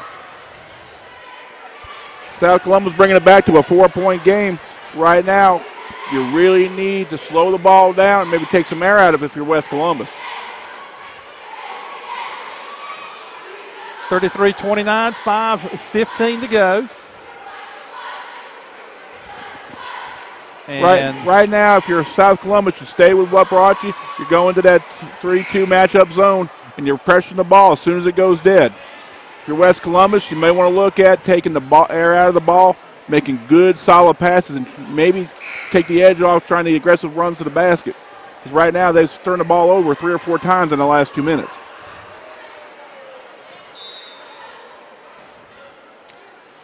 Stackhouse inbounds to Goodman. Gets it in the front court to Whitehead, guarded by Powell. Tries to go inside, taken away by Sarvis. Gets it ahead to Powell. Powell going to drive, dishes off to Turvable for 2. Great play by South Columbus, catching the West Columbus Vikings napping. They've got all 3 of their front line up by the half court. Blocking foul against South Columbus. That'll be their 6th. It'll be ball out on the side. But I'll tell you right now, South Columbus picking up the defense, and West Columbus really struggling with that aggressive South Columbus line. It's 8-0 here in this quarter in favor of the Stallions. Wiped out all but 2 of the points of that 10-point lead. And that's Whitehead's 3rd as well. in the corner to Whitehead. Whitehead puts up the shot, too strong, battle for the board, and they're going to get a foul, and that's going to send Turbeville to the free throw line. I'll tell you, gotta love Turbeville's game. She's been very aggressive the last 3 or 4 minutes. I believe she's the leading scorer for South Columbus. Oh, but yeah, by about a mile. By a mile. She has 12 in the second half, 19 for the game. And she is she's 3 for 4 from the free throw line, and she's going to the line now with an opportunity with a successful 1-and-1 to tie this ball game. Turbeville, a sophomore, playing a real solid game, really turning into a leader for South Columbus. And the free throw a little too strong and no good. Rebound West Columbus. See if they can get a shot off. Shanks in the ball game now, drives baseline, tries to put it up, and is fouled by Haley Rising, and that's going to be Rising's 4th. Send Jabrion Shanks to the line to shoot 2. Shanks, good heady play. West Columbus had been holding the ball out in the last couple of possessions, really trying to look for those jump shots. She threw up a ball fake, drove to the basket, and got herself to the line. Shanks' first free throw, wide right. 2-point ball game. You really got to start hitting these free throws down the wire. Paige Gore into the ball game now, and replacing Haley Rising with 4 fouls. She'll take a seat for a while. Shanks pounds the ball to the floor, puts it up, no good, right with the rebound. Out quickly to Sarvis, over to Turbeville. Brings the ball down the right side. She's going to drive it to the basket, put it up off the glass, and good. And we're tied at 33. Last couple of times down the floor, looks like Michaela Wright's starting to pick it up a little bit. She's starting to get a little bit ahead of Willa Stackhouse. There's a long shot by the Vikings, no good, but Stackhouse underneath there lays it back up and in, uncontested. Vikings regain the lead, 35-33. Looks like the Vikings have made a switch on defense, putting Stackhouse back on right. There's a shot by Turbeville, no good. Wright's follow, no good. Turbeville has it, puts it up from the free throw line, and it's good as Kayla Turbeville single-handedly bringing South Columbus back into this ball game in the second half. There's a pass inside to Tiffany, wide open. Her layup is good. And all of a sudden we have an offensive explosion here in the ball game. 37-35. Defense really led to an easy basket for Tiffany. I don't think she could believe she was that wide open. 37-35, 3:20 to go. Sarvis to Turbeville. Turbeville drives right side, turns around, left hand guarded for a moment, puts up a 3, but partially blocked by Shanks. Shanks on the dribble, gets by Sarvis, lays it up good. Sarvis is going to try to pick up the charge. Shanks able to dribble around her, and we've got a timeout called by South Columbus. It was a smart play by Sarvis trying to pick up that charge. I don't think she got enough of her to draw it, but I'll tell you, very quickly this goes back to a 4-point ball game. And we're going to take a quick break since the teams are, and we'll be back in just a moment with the finish. 39-35, Vikings lead. Johnston's is the official class ring and graduation supplies provider for Columbus County Schools. A Johnston's representative will be visiting your school this fall. Johnston's product information is available at Overby office at johnston's.com or 910-675-3886. Overby School Services, Reginald Lewis, and Johnston's are proud to help sponsor tonight's CCCA sports broadcast. Tonight's game on 89.9 WZCO is brought to you by Sterling Kuntz and the employees of Tabor City Medicine Mart on South Main Street in Tabor City and Kuntz Medicine Mart, 112 East 7th Avenue in Chadbourne, providers of prescription medications and other home health care products.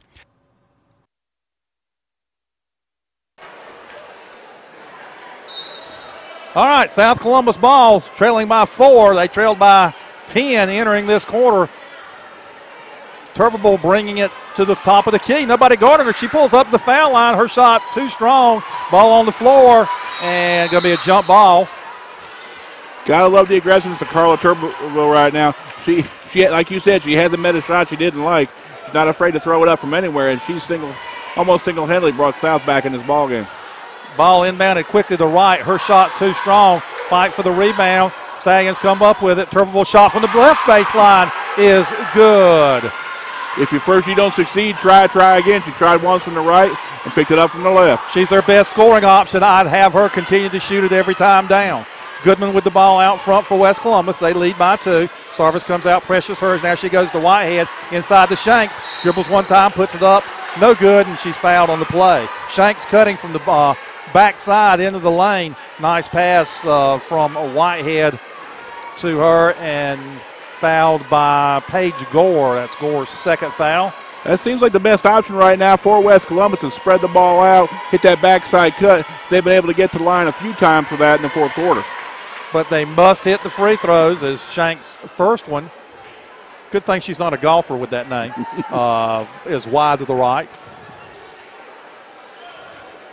Second free throw, and it's wide, does not draw rim. Referee blows the whistle as that is a violation, and that will give the basketball to South Columbus. Carson Powell back in, Sarah Falk out. 2 minutes and 25 seconds left. Not a lot of possessions left if you're South Columbus. You've got to be very careful on offense and make these possessions count. Turbeville gets the screen from Rising. Has to give up her dribble, goes to Powell in the corner, tries to go inside the right. Stackhouse knocks it out of bounds. Smart play by Stackhouse fronting Michaela Wright, but able to get that angle and push that entry pass out of bounds. Inbounds to Sarvis. Sarvis guarded by Goodman. Tries to get it out front to Turbeville, who is unable to save it. Steps on the midcourt line. Backcourt violation. Turns the ball over. So South unable to get an opportunity to get a shot at the basket and tie this thing up. She tried to walk that tightrope and missed it by just a few inches. Yeah. All right, Goodman has the basketball out front. Sarvis comes out, challenges her, goes to Whitehead. Shanks cutting to the lane again, drives, puts up the shot, no good, gets her own rebound, no good. Battle for the rebound. Tiffany comes out with it for the Vikings to Goodman. Her three from the top of the key, around and out, no good. Shanks with a rebound, puts it up and good. Great aggressive play, never give up. Got the second and third shot. South really needs to get on the boards, otherwise this is going to get out of hand quick. Down to a minute 38 to play, 41-37, West Columbus leading. If it gets to one more basket, I'd say we got to look at South Columbus starting to foul. Powell inbounds to Rising. Rising holds high, gets inside the Turbeville. Her turnaround shot, no good, and Stackhouse comes up with the rebound over to Shanks, and she'll bring the ball into the front court. Down to a minute 25. Hands off to Goodman. Goodman dribbles and has it taken away by Sarvis. Sarvis on the breakaway, goes in for the dunk. It's good. Sarvis with those quick hands gets another steal at that West Columbus point guard, and that is a big basket if you're South Columbus. And we're going to have a 30-second timeout by Coach John Browning as he comes up with some offensive strategy here for this last minute and 9 seconds of play here in the ball game in what has been very entertaining. Very entertaining. And I tell you what, we were going to name a player of the game, win or lose. I think Kaylee Turbeville would be at the top of the list. She has 2, 4, 6, 8, 10, 12, 14, 16, 18 points in the second half. Like you said earlier in the ball game, South Columbus definitely a second half streaky team. Right now, we got, I think it's Anilla Tiffany on the other side. Right now, if I'm West Columbus, you got to be conservative. You got to be smart with the basketball. You can't afford to give South any kind of extra possession. You can be. There's a difference between being careful and being too careful. But if I'm South Columbus, I look for that backside cut once again to get to the free throw line. And if you're South Columbus, when do you start fouling? Right now, one possession ball game. You can wait a little bit, but not too much longer. Goodman with the ball out front. She gets by Sarvis, drives the lane, puts up this jumper, and good. Good by Goodman as she pump fake, got by Sarvis and hit a running one-hander. Clutch play by Goodman, knowing Sarvis aggressive with those quick hands, trying to get another steal. Give a quick ball flake, and it's a key bucket for West Columbus. Turbeville has her pass stolen by Shanks, and Shanks is fouled by Sarvis. And I do not believe Shanks going to really care for that foul, but it's a smart play for Haley Sarvis. You know, and Turbeville, the two defenders for West Columbus, when she drove into the corner, actually left her, went back to Sarvis. If she had turned to the basket, she'd have had an open shot at a three. But when she tried to pass outside to Sarvis, that's when Shanks intercepted the ball. And actually smart play by Sarvis to foul immediately and save some time. Just 1-1 right now. She hits the front end. Makes it a 5-point ball game. Looks to hit the second part here, and if she does, she makes it at least a 2-possession ball game. Shanks with, again, 3 hard dribbles this time, convincing the ball to go in. Up, around, no good, and Carson Powell runs the rebound down and is knocked to the floor. Both teams in the 1-1, so if you're South, you have to hit these clutch free throws and see if you can get yourself an extra possession. And that's Willa Stackhouse's 4th foul. If we were to go to overtime by some reason, and that's not out of the realm of possibilities, that could be a big factor. Carson Powell with 1-1. Big free throws for the Stallions, goes without saying. If I'm Megan Storms, I may be thinking about calling a timeout here and getting the press set up on the inbound, which Megan Storms does call. She does call a full timeout. Are you a mind reader or a soothsayer? What can I say? I've got ESPN. Okay, Stallions timeout. And as you said, the timeout, not necessarily to plan offensive strategy, but Storms probably saying in the huddle, okay, after Carson makes his second free throw, this is what we're going to do. With 36.3 seconds left, I would not see fouling immediately. Maybe you put full court pressure on, try to get the turnover. If West Columbus gets the ball into the front court, then you foul. Quick hands right now. You got to look at Turbeville. You also got to look at Haley Sarbers with those quick hands and those quick feet, getting a quick turnover and a quick basket. Right now, if you're West Columbus, you've got to be smart. You've got to have your press break set up and organized, because right now, if they don't, South's going to turn it quickly back over. I'm a little surprised that Tanisha McCoy's not back in the lineup for the Vikings, because she typically is the best ball handler they have and a pretty good free throw shooter. Also, if you're South Columbus, like you said, don't be too quick to foul, because they would be in the double bonus, as that would be their 10th foul. All right, Carson Powell made the first. After the timeout, she's at the line for the second. Free throw, too strong. Right with the rebound, puts it up, no good. Ball out of bounds, will stay with the Stallions. Unfortunate miss on the free throw, but smart heads-up, aggressive play with the Stallion rebounder. Stallions get the quick offensive possession. They need to convert here. Powell looking inbound, still looking, and her inbounds pass is stolen by Stackhouse, and Whitehead gets the pass from Stackhouse, and she is immediately fouled by South Columbus. Going all the way back to the pregame, we talked about how Willow Stackhouse is a smart heads-up ball player with a lot of good basketball sense. She read that play coming in and was able to steal that inbounds pass. Laramie Whitehead at the line, shooting 2. First one up and too strong. Got to hit these free throws. They'd be the dagger for South Columbus at this point. Whitehead spins, looks up and short. Wright runs the rebound down, gets it over to Carson Powell in a hurry up the front court, and she is bailed out by a blocking foul called on Shanks. It looked like Powell had lost control of the basketball, but at about the same time had a collision with Jabrion Shanks. Shanks' first foul, and that's going to send Carson Powell back to the line again with another 1-1. South's really got to hit this front side and make this a one-possession ball game with 24.3 to go. Anella Tiffany needs to do a good block out. She's on the same side with Michaela Wright. Free throw up. Too strong. Rising with the rebound, gets it over to Turbeville. She tries to go up, and her first shot's blocked by Goodman. She gets it back, goes up a second time, and this time Goodman is called for the foul. I'll tell you, got to love Turbeville with that hustle. I mean, she's not the tallest girl on the floor by any stretch of the imagination, but she always seems to be around the ball. Good basketball IQ, which sometimes you see lacking a lot in high school players. 20 seconds to go. Turbeville shooting 2. First free throw, swish. Very important to hit that front end, as now is a one-possession ball game for South. If they can get a quick steal and a 3, 20.0 seconds to go. Again, West Columbus, Stackhouse, Tiffany need to make sure they block out on this second free throw in case it's a miss. Second free throw up, and it's good as well. Quick timeout by the West Columbus coach. Really smart heads-up play. You really want to make sure you get this ball inbounds and force South to foul you. And a referee may have given South a little bit of a break there because it appeared that Turvable broke the free throw line before her shot reached the rim.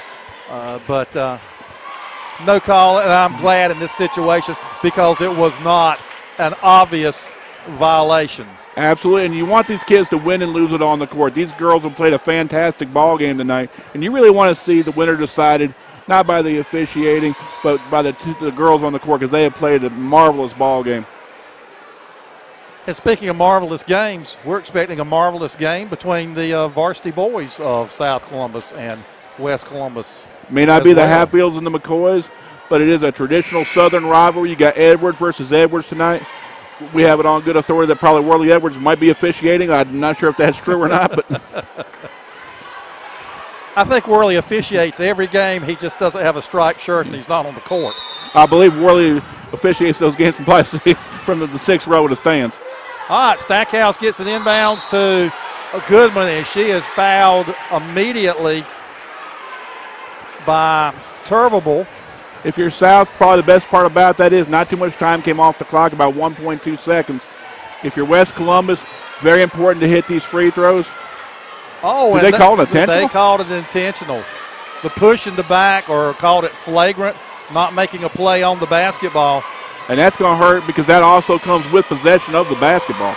First free throw, no good. Actually, if she doesn't make this free throw, the only thing that really changes is a 1.2 seconds going off the clock.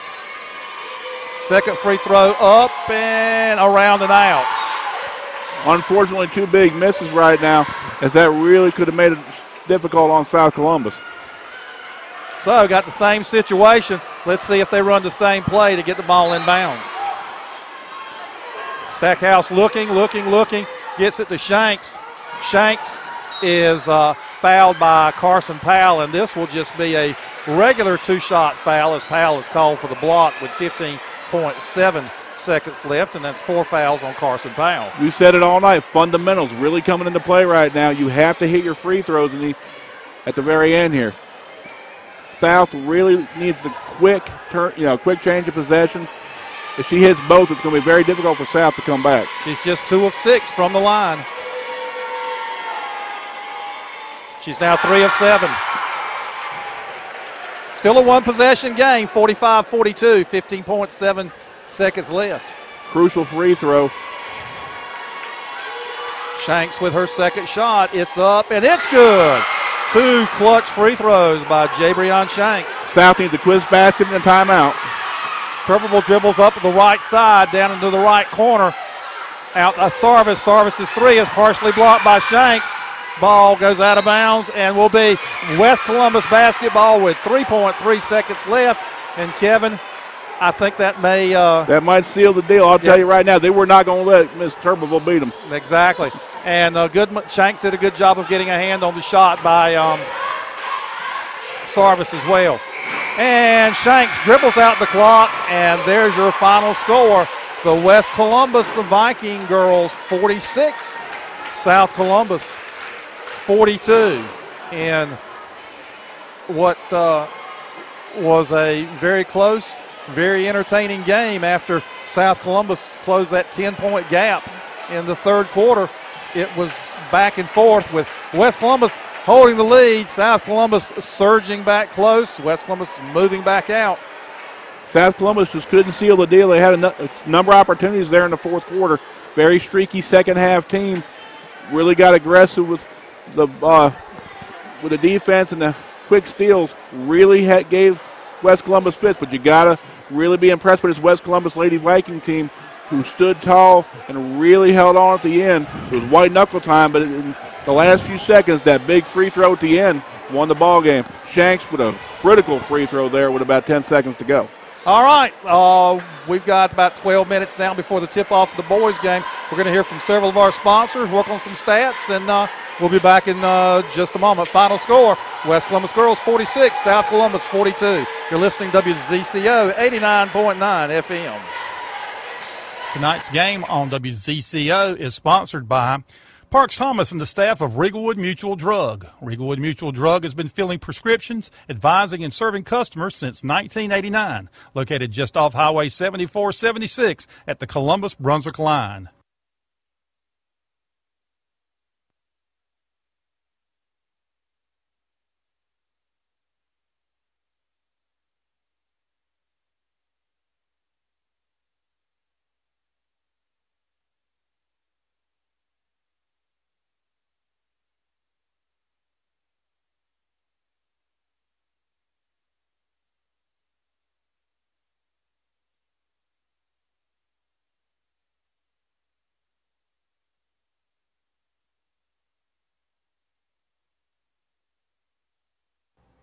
The Southern Sizzler Family Restaurant in Whiteville is open Tuesday through Friday, 11 until 9, Saturday and Sunday, 10:30 until 9.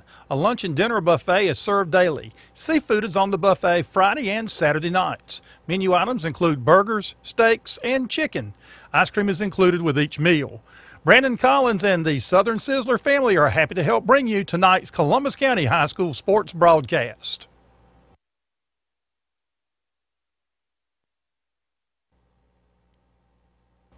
Tonight's Columbus County High School sports broadcast on 89.9 WZCO and WZCO.org is sponsored by the following: Carolina Sports Medicine with offices in Whiteville and Wilmington, First Bank of Tabor City and Whiteville, the Southern Sizzler Family Restaurant, the Country Nursery, Riegelwood Mutual Drug, E.W. Fomel & Son Farm and Garden Store, Bill Worley & Sons Construction, Joe's Barbecue Restaurant, David Pless of Woodman of the World, Tabor City Medicine Mart and Kuntz Medicine Mart in Chadbourne, Revis Long, your local Horace Mann insurance representative, Black's Tire and Auto Service, Jostens and Overby School Services, and Cape Fear Propane in Whiteville.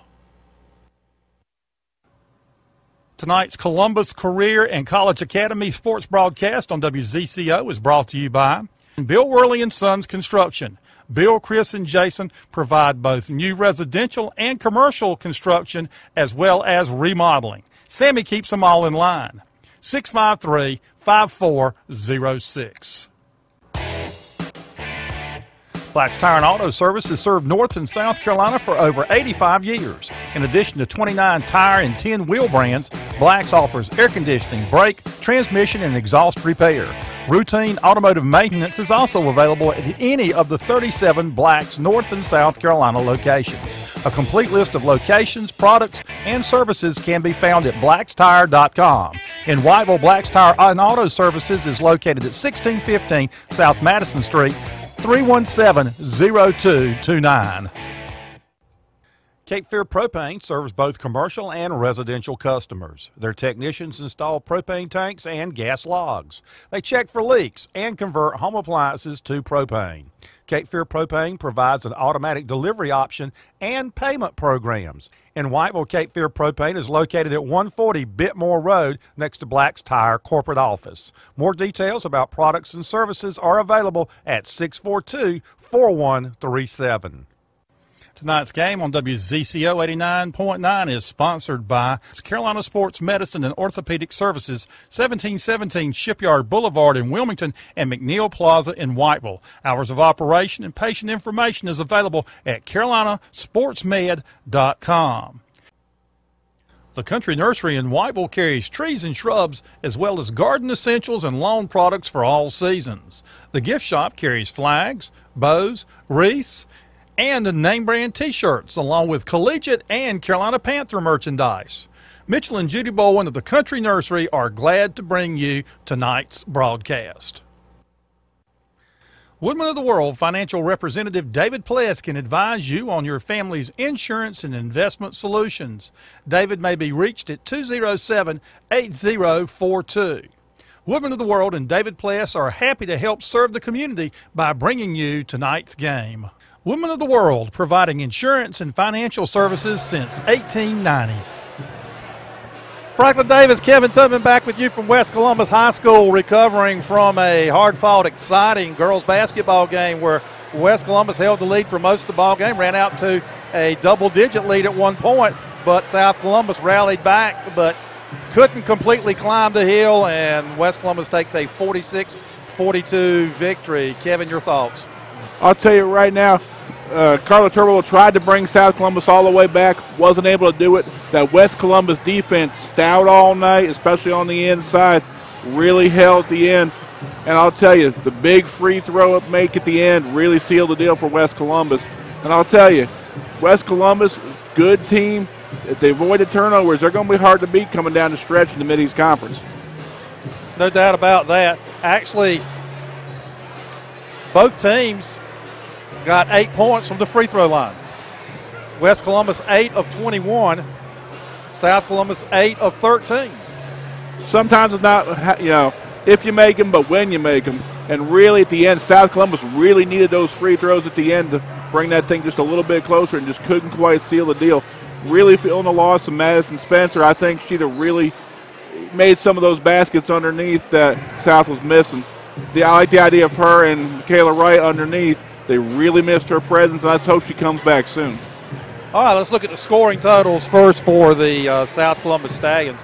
Haley Sarvis had 5, Haley Rising 2, Carson Powell 1, Sarah Falk had 2 points, Michaela Wright had 5 points, and a huge night, 20 points in the second half, 27 points total for Kayla Turvable in the ball game tonight, as she pretty much was a one-girl show in the second half for the Stallions, but brought them back, just couldn't quite get them over the hump. And as you pointed out, West Columbus made sure there in the final seconds that she was not going to get an open look at the basket. For West Columbus, Rayanne Goodman with 12 points, 6 in each half. J. Breon Shanks had 8 points, including 2 big free throws there very late in the contest. Leading the, Laramie Whitehead with 5 points, Willis Stackhouse with 4, Madison Arnold with 2, Rachel Little with 2, and leading the Vikings in scoring tonight was Anella Tiffany with 13 points. So 7 different players scoring for the Vikings, 6 players scoring for South Columbus. But really, you got to look at the youth of both of these teams coming into the second half of the conference season. There are only 2 seniors for West Columbus. Really impressed with the play of their young ball players. They're going to be a force to reckon with not only in the second half of this season, but for the next couple of years. South Columbus, again, they're also led by their younger players. Michaela Wright is only, I believe, a 9th grader, and she's really looking good to dominate the paint. She'll take over that role next year for Spencer.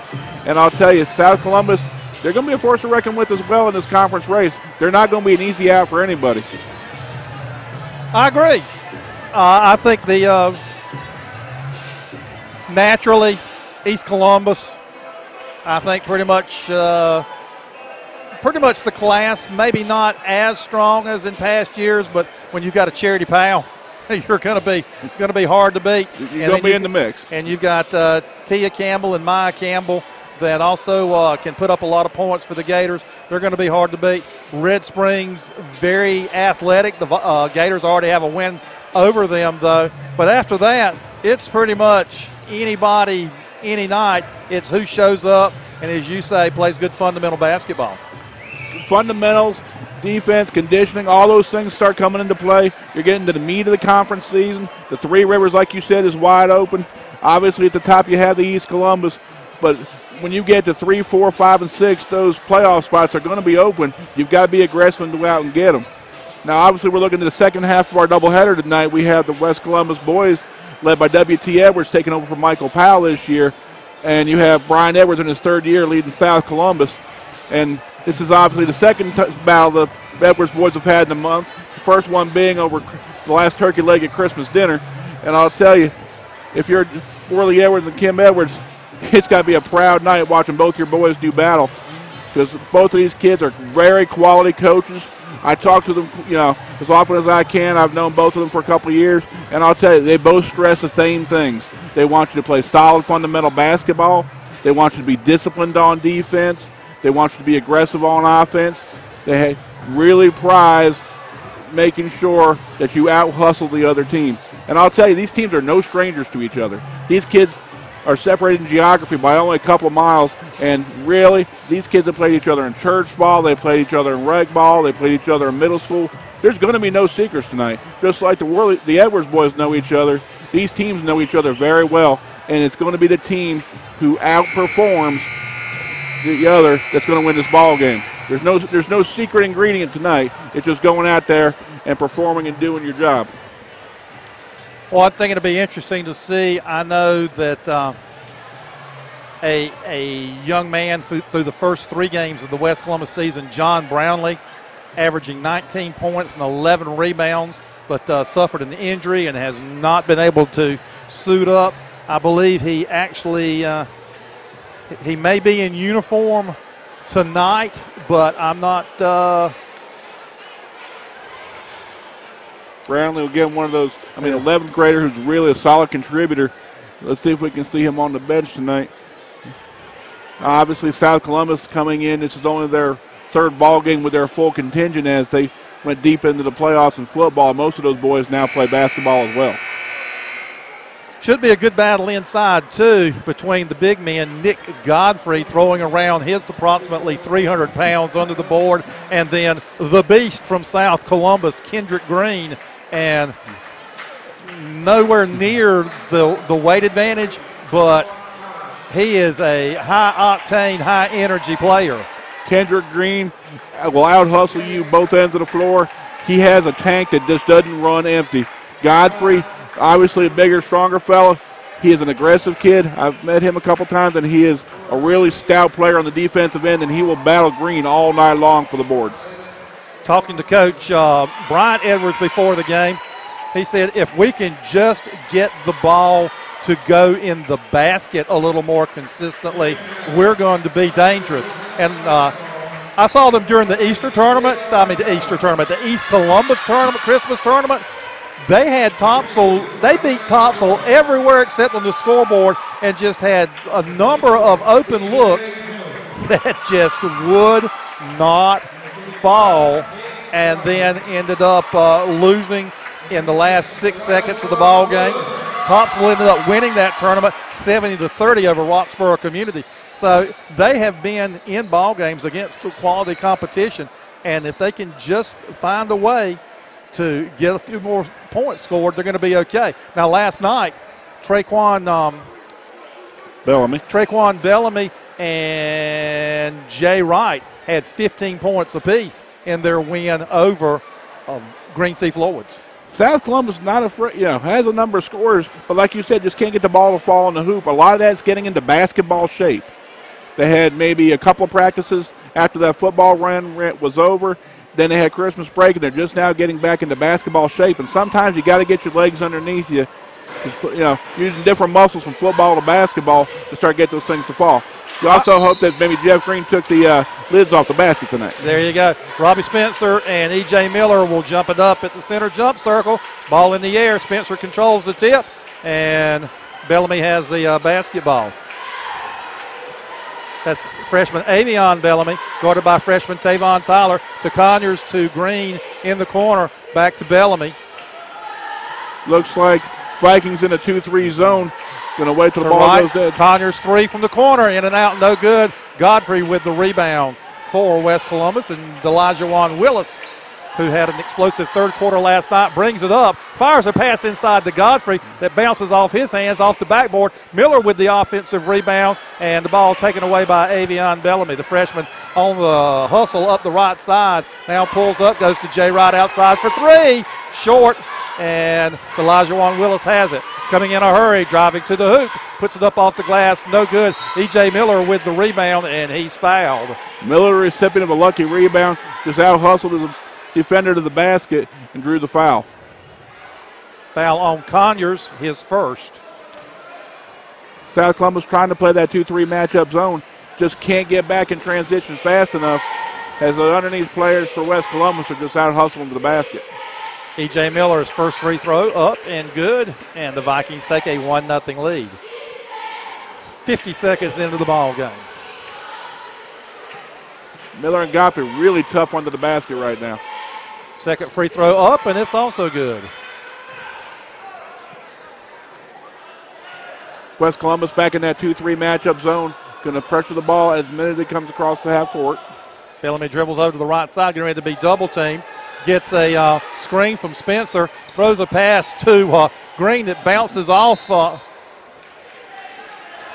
Green. And I think Green was caught by surprise, ended up controlling it, but the ball gets knocked out of bounds. West Columbus takes over. I think Green was the last person who knew the ball was coming. Full court pressure by South. West Columbus breaks it easily. Willis has the ball out front to McCollum. His three, good. Vonzel McCollum with a three-pointer. And if he gets hot from outside, watch out because he can hit threes in bunches. And he has for the last couple of years. A great play by the junior from West Columbus. Got a traveling call on Bellamy as the ball went inside to Spencer, back outside to Bellamy. He faked the three and got his puppies moving before he got the basketball on the court. So turnover by the Stallions. South Columbus in a 2-2-1 zone press. Really tried to disrupt. Quick turnover and score by number 4, Kendrick Green. Like you said, he's not quick, he's sudden. Again, full court press. They get the ball up court to Tyler. Tyler out front to Willis. Over to McCollum. Another three.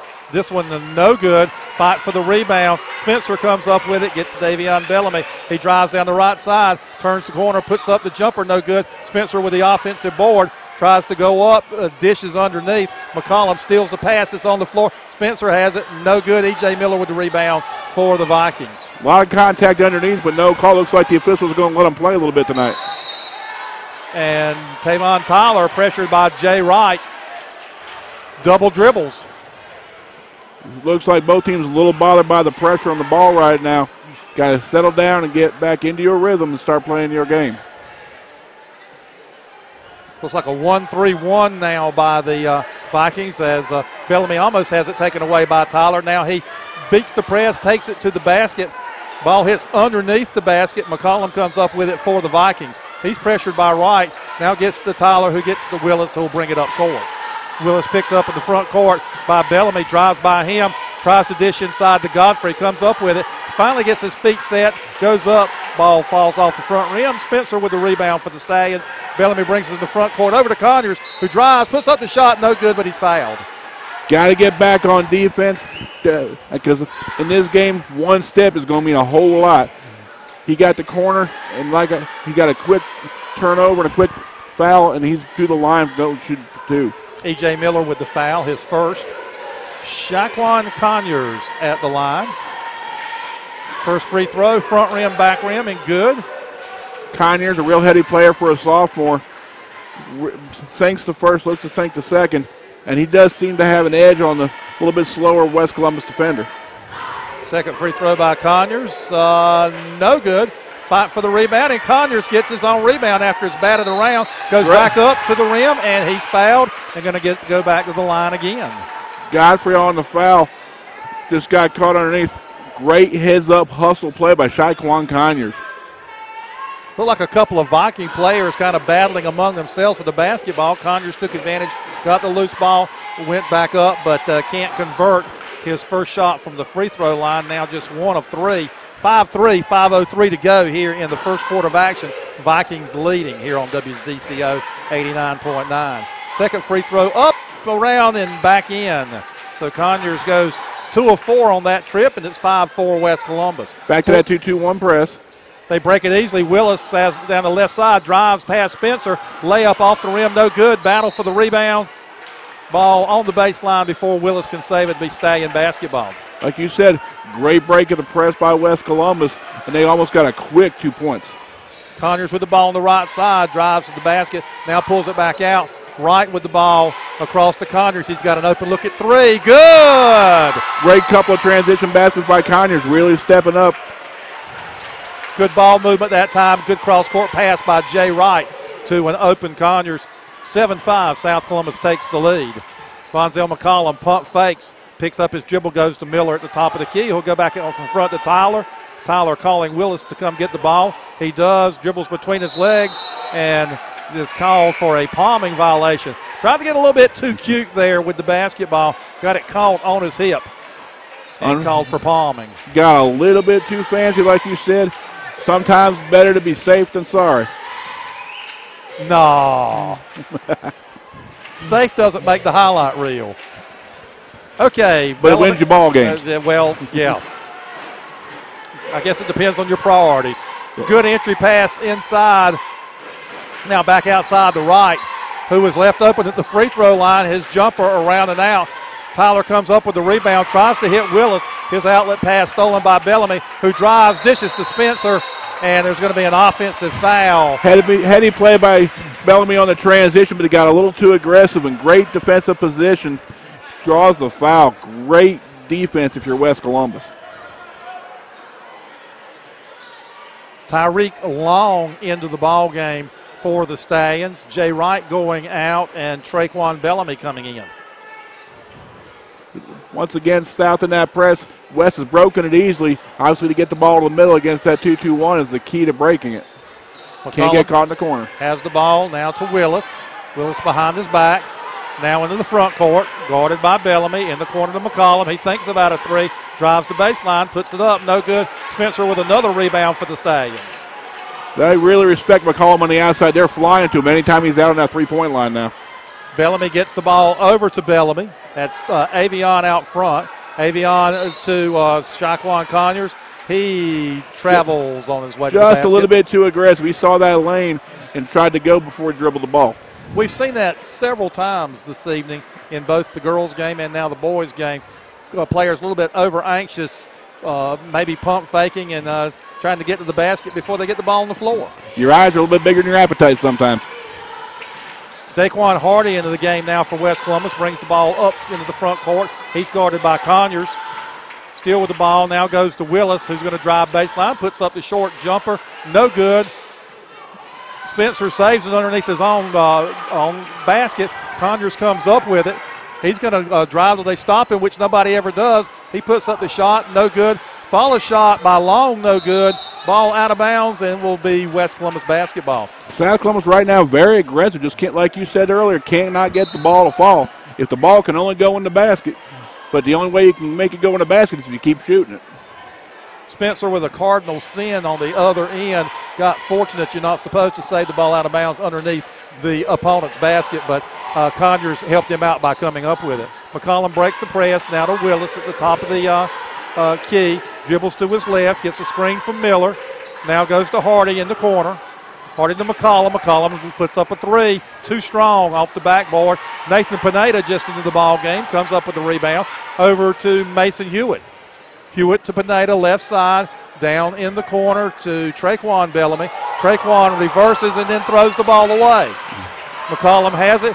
Trying to drive, and his pocket is picked by Conyers, who goes the other way. Gets it down to Pineda, whose jumper around and out, no good. Rebound by Long, up and in. I'll tell you, Conyers really playing an aggressive random ball.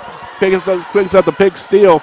Maybe not got the first basket, but the aggressive South Columbus team has now made this a 4-point ball game. 8-0 run by the Stallions. We're down under 2 minutes, and a little bit too aggressive defense there by Traquan Bellamy. He picks up his first foul and the third team foul on South Columbus. Very well played ball game to start out. West Columbus very aggressive on the boards. Took it to South Columbus early, got a quick lead. South Columbus coming back, getting a good hands-on defense. Started with that trap and brought this, and they, like you said, an 8-0 lead brings it to a 9-5 score. Willis has the ball, goes to Hardy in the corner, who looks, decides not to take it. Willis with a long three. No good. Fight for the rebound. That was Fabian Frink that came up with the rebound. West Columbus still has it. Jones in the ball game goes up for a short shot. It's no good. Ball out of bounds off of Miller will be South Columbus basketball. 1:34 to go here in the first quarter of action. South leading 9-5 in Edwards Bowl 1. Pass inside to Long. Long makes a nice move, turns around, goes up for the shot, and he's fouled.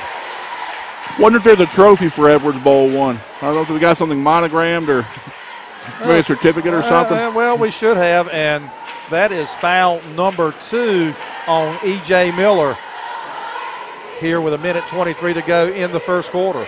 I don't know if I wouldn't take him out right now, maybe get him a rest for about 2 or 3 minutes in the first half, because they're going to need Miller down the stretch because his body against Kendrick Green is going to be a big determining factor in who's going to win this matchup. Okay, we just got an answer to our Jake Brownlee question. He's at the scorer's table to come in if this free throw is good, and it is by long. And Jake Brownlee comes in for E.J. Miller. And from what I heard, Brownlee tore it up over the summertime, and there was some decision as to whether he was going to transfer from Green Sea and live in the West Columbus or South Columbus School District. I'll say it's good to see him back. Great ball player, very aggressive, and he's got good basketball sense. Hardy breaks the press, gets it to Willis in the front court. Now Willis is going to drive uncontested to the rim, lays it up and in.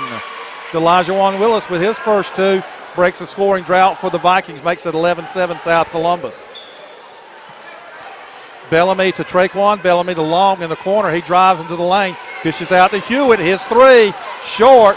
Battle for the rebound, and Brownlee comes up with it for the Vikings. Great ball moving by South. Unfortunately, the missed jump shot, and you had two South Columbus defenders battling each other for the ball. Ended up going off of them to a West Columbus defender. Jones with a nice pass inside to Frank, who goes up for the shot. No good, but a foul is going to be called, I think, on Long. I do think you're right. South Columbus a little flat-footed on defense. The ball got in underneath before they were ready. And a quick foul by South. And looks like West Columbus and Fabian Franken might bring this to a one-possession ball game. Frank's first free throw, no good. Conyers and Wright check back in. Traquan Bellamy and Mason Hewitt checking out. Fabian Frank looking to hit the second. This two right now, needed somebody to step up if you're a West Columbus scorer. Second free throw by Frank is good, making the lead, 8-11. Vikings trailing by 3. Avion Bellamy with the ball out front, guarded by Hardy. Now double team, gets it over to Wright. 2 threes on by West Columbus right now. Conyers trying to get around the corner. Back out front to Avion Bellamy to Conyers. And again, Conyers sees an opening to the basket, but that's the second or third time that's happened to Conyers tonight. Picks up the pivot foot before he gets the ball on the floor. So West Columbus with a chance here to come within one or tie it just before the end of the first quarter. Down to 12 seconds, 10. Running shot, no good. Jay Wright got the rebound but was standing on the baseline, so West Columbus will inbound underneath their own basket with 6.7 seconds left, trailing 11-8. If you're West Columbus, obviously McCollum has a great stroke from outside. You also have E.J. Miller and Nick Godfrey underneath. If you can get a quick inbound, you got 6.7. Not a lot of options, but West Columbus with plenty of scores. There's a long three by Hardy. No good. Battle for the rebound. Bellamy comes up with it. His long shot. Oh, in and out.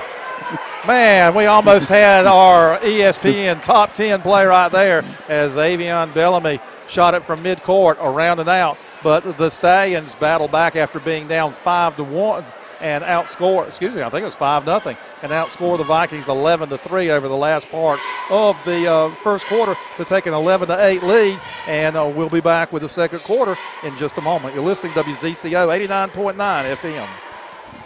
E.W. Fomble & Son Farm and Garden Store, 205 Hickman Road in downtown Tabor City, has been providing feed and farm supplies as well as garden products since 1951.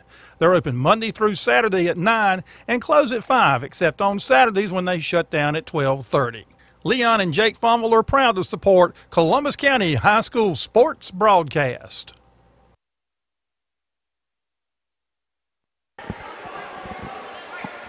'89.9 WZCO back with the second quarter of tonight's ball game. Edwards Bowl 1. Right now the advantage goes to South Columbus 11-8. West Columbus inbounds the ball. Daquan Hardy has it. Gets it over to Tavon Tyler back into the ball game now. Guarded closely by Conyers. Drives down the right baseline. Now back to the middle. Dishes off to Fabian Frank, who goes up for a jumper. No good. Conyers with the rebound. Comes out on the dribble. Now passes ahead to Avion Bellamy, who will hold it up. He tries to get past Hardy. Cannot do it. Now back out front to Conyers, who has the ball tipped away by Tyler. And an errant pass by Brownlee trying to start the break turns the ball back over to South Columbus. I love Conyers' aggressiveness, but he's got to get himself under control. Right now he's a little too aggressive, a little too out of control, and a couple of chances South has had to really push this lead out to 6 or 8, and he's gotten too aggressive and turned the ball over. Conyers with the ball on the right side to Wright in the corner. Wright fakes the 3 and travels. 2 quick turnovers for South with an opportunity to extend their lead. Right now, South's got to calm down, play good fundamental basketball. Otherwise, West's going to get right back in this ball game. Tyler has the ball in the front court, guarded by Wright. In the corner to Jones, whose 3 is too strong. Frank comes up with the air ball, puts it up, no good. Spencer clears the board for the Stallions. Gets it over to Avion Bellamy, who comes to the front court, over to Jay Wright, drives baseline, pump fakes, puts the shot up. Frank knocks it out of bounds, stumbles over Wright, and they all fall down. No call on that really surprised me. I mean, he kind of cleaned them out there. Wright lost his shoe in the process. Now he'll inbound the basketball, gets in the corner to Conyers, who drives the basket, puts up the short shot, no good. Green with the rebound, puts it up, no good, but Kendrick Green is fouled. Jonathan Jones on the foul for West Columbus puts Green back up to the line. South's just got to get the buckets to fall right now. I mean, they're getting shots at the basket. Kendrick Green at the line, shooting 2. First foul on Brownlee, 14th foul on the Vikings. Green misses the first. First free throw, no good. Green with 2 points in the ball game. Kendrick averaged almost 16 points a game last year, only averaging 9 points this year. Part of that scoring drought that Coach Bryant Edwards was talking about. Second free throw by Kendrick in there, and now that makes it 12-8. Full court pressure. Vikings still have it in the back court. Get it in the front court to Brownlee. He's guarded by Spencer. And he handed off to Frank. Frank was not prepared for it. Taken away by the Stallions. And we have another travel on a player pump faking and trying to go to the basket.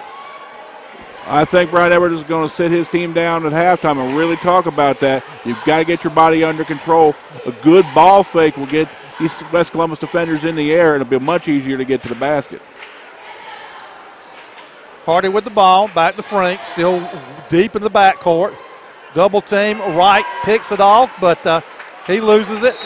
And we've got a timeout by W.T. Edwards, as he was afraid his team was going to get hit with a 10-second violation. South So really Edwards aggressive. timeout. I mean, that full court pressure that West had been breaking pretty easily earlier in the ball game, and South Columbus turned it up, and West very barely got that timeout before the 10-second violation was called. West Columbus doing a good job for most of the first half breaking that press. Start getting caught a little bit flat-footed. South with the hustle got a chance and almost picked up a quick turnover in the basket. It's almost like South Columbus. Hey, talk about it. I got a great angle for a shot of Brian Edwards here. I'll tell you, Brian Edwards and Worley Edwards, I don't know if you can tell by watching them on our broadcast, they are having the time of their life right now. This is something they've probably talked about for the last several months, looking forward to this, and I know their parents have as well. I mean, these two are going tooth and nail at each other, and you wouldn't expect anything less from either one of these two ball clubs or these two coaches. I'll tell you. I also serve as a part-time sports writer for the News Reporter, so I'm trying to fill 2 roles with one here. Okay, Vikings with the basketball. Willis back in the ball game, gives it over to Hardy. Hardy drives to the foul line, gets it into Frank in the lane, back to Hardy. His jumper from the right side, no good. Fight for the rebound. Conyers comes up with it. Conyers bringing the ball to the floor. Quick pass up to number 13. That's Jay Wright. Kendrick Green trying to go inside, double teamed, and has the ball taken away by Fabian Frank. I'll tell you, West Columbus seems to really want to make sure that Kendrick Green does not beat them. Every time the ball goes into him underneath, he's surrounded by 3 Viking defenders. And what Green has to realize is that double team's coming, and if the double team's coming, somebody's open. Just needed to get rid of the basketball a little bit quicker that time before he got swallowed up by the double team. Solid pick and roll basketball. Viking basketball underneath their own goal. Hardy has it. Now to Tyler, who drives, dishes to Frank. Frank back to Hardy, to Willis out front. Willis calls a set play, gets a screen from Frank, and going to have an offensive foul. Frank, a little aggressive, started moving on that screen a little bit early. He turned his hip, and the official saw it, and he called it. Looks like West Columbus going to be content to get back in that matchup zone again. 2.5 minutes played here in the second quarter, and 1 point scored by South Columbus. Bellamy drives the lane over to right on the left side. He goes inside the green. Ball knocked away by Godfrey. Willis on the breakaway. Lays it off the backboard in. 2 points for Delajuan Willis. That makes it 12-10 South Columbus. Once again, South Columbus tried to get that entry pass into Kendrick Green, and nothing happened by the West Columbus Viking defense. There was 2 and 3 guys around, and we're not going to let him get that ball. I think Green, a little frustrated, took a quick shot there. Ball off the side of the basket. West Columbus gets the ball, quickly gets it down court, and Delajuan Willis scores a layup. And Brian Edwards very quick to call a 30, sees momentum going back to the West Columbus Viking bench. And I'll tell you, it's a smart timeout if you're Brian Edwards, because he can see that if Kendrick Green was getting frustrated, the offense was you really want to get the ball to Green and get that going, but you cannot force the ball underneath. Green's got to be smart and heads up, kick that ball back out on the pick and roll. If you're West Columbus, you're playing solid defense right now. Just be careful on that 2-2-1 press that you make sure you break it and you get yourself a good shot instead of a hurried shot. 12-12, a lot of up and down, and again, not a lot of scoring. Did you expect anything less from these two teams? I expected a lot of up and down. I was thinking that we might get more scoring. All right, Bellamy with the ball for South Columbus, over to Hewitt, to Spencer at the free throw line. Spencer goes back out to Hewitt on the left, back out to Bellamy out front. He drives the lane, puts up a wild shot, and it's last touched by West Columbus, and Stallions will maintain possession. It's almost like if you drive down the lane, you must shoot it. It might be, but I'll tell you, they were looking for a lot of contact underneath. They were looking for a call, did not get one. The officials are doing a good job right now, very consistent, letting both sides play underneath. Long back in the ball game on the low post, looking for him. Spencer gets the ball at the free throw line, turns around and makes a short jumper. Robbie Spencer with his first 2 of the ball game gives South the 14-12 lead. And there is a collision in the backcourt, and a foul is going to be called. I mean, good aggressive play going after the ball. Just you got to be a little bit more heads up than that. Looks like both ends got a little bit worse for wear right now. Number 11, Avion Bellamy. As a freshman, you got to like his aggressiveness, but maybe in that situation, discretion is the better part of valor. Okay, they originally had called the foul on Willis, but the foul actually, I believe, was on Long. His second. Yeah, there we go. Now they got it. Tyler picks up his dribble, needs some. No, he didn't pick up his dribble. Just needed to dribble out of trouble. Dribbles all the way to the basket. Puts up a layup, and it's good. Tie score once again. South quickly up with Connors to Spencer. Spencer with a long shot. I guess a heat check after hitting his last jumper. No good. Tyler with the rebound over to Willis. West Columbus looking to take the lead. Gets a screen from Frank, who takes it to the lane. Nice pick and roll play there as Frank screened for Willis, then rolled to the basket, hit about a 4-footer to put West Columbus back ahead 16-14. Once again, same play, same area of the court. Started heading toward the basket. Forgot to bring the basketball with him. Call for the travel. We're going back the other way. It hasn't been one player. It's been numerous players. And what you have to understand how the game's being officiated as a player. And apparently that is a pet call of at least one of the officials out there. So you're going to have to make sure that you get that ball put down before you start dribbling to the basket. It seems like that middle official catches it every time. Oh, nice pass underneath to Tyler, but he's fouled going up. Pineda with a great block up top, just gets him underneath with the body, pushes him out. And I'll tell you right now, Tyler going to the basket for 2. Now he's going to shoot. Heads up play by Tyler, going straight to the basket. Tyler with the first free throw, good. 3 points in the game for Tavon, all here in the second quarter. Next free throw, no good. Frank with the rebound, though, for the Vikings. almost throws it away. Willis gets in the front court, saves it, puts up a jumper too strong. Conyers with the rebound for South Columbus. Brings it quickly into the forecourt. Too quickly, in a hurry, but with no place to go. Almost hits news reporter photographer Grant Merritt. Glad to see Grant here tonight taking photos. Check out Monday's news reporter for a lot of pictures from tonight's game. Free advertising there. For, there you go. The highs. Nick Godfrey with the ball, dishes it inside to Frank, whose layup is good. Nice high-low play. With a couple of quick points underneath. Got inside the South Columbus defender, and it was all over from there. Good pass from Nick Godfrey who get it down to Frank, who had position. 19-14, Vikings have retaken the lead. Pass to Pineda, who drives baseline, dishes to Green, but there's a foul called. Looks like the call is on Fabian Frank, number 5. Frank, disagreed, but he had the position underneath, but he just did not slide his feet and get ahead of the South Columbus player and draws the foul. Conyers inbounds out to Green. Green drives and then tries to dish, throws it away. Frank with an outlet pass to Willis. Willis smartly tried to return it to Hardy, but the ball was tipped away. Willis really had no choice on that. Either he was going to take it out of bounds or make the pass. And West Columbus fortunate that South Columbus just broke it up, knocked it out of bounds so they'd maintain possession. Conyers with fingertips on it probably saved a sure basket by West Columbus. Tyler with a 3. Too strong off the glass. Rebound by McCoy for South Columbus, Zach McCoy. Conyers drives down the middle, runs into Nick Godfrey, and knocks the 300-pound Godfrey down and is called for a charging foul. I'll tell you, and it took quite a bit because I'm telling you, Godfrey didn't move very much, but he finally went down. Godfrey with some heads-up defense draws a quick foul from Conyers, who picks up his second. And, folks, if you know anybody that monitors earthquakes, just tell them it was Nick Godfrey hitting the floor, not an earthquake here in Cerro Gordo. Technical foul on Coach Brian Edwards.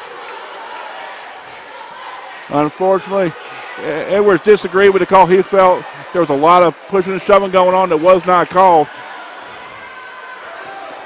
So much for brotherly love. It's starting to get a little serious now as we get closer to halftime.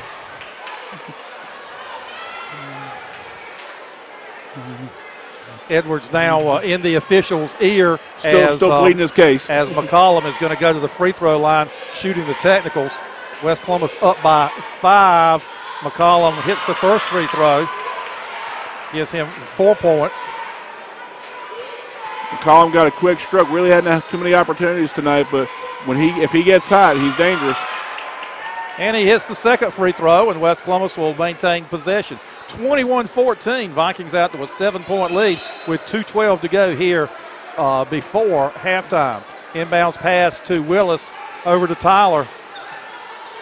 Tyler picks up his dribble, needs some help. Has the ball knocked away, now drives the baseline. McCollum with the offensive rebound to Hardy to McCollum in the corner. Green on him. There's a pass cross court to Tyler. His 3, no good. Pineda with the rebound as it's getting really physical out there. Bodies flying all over the place.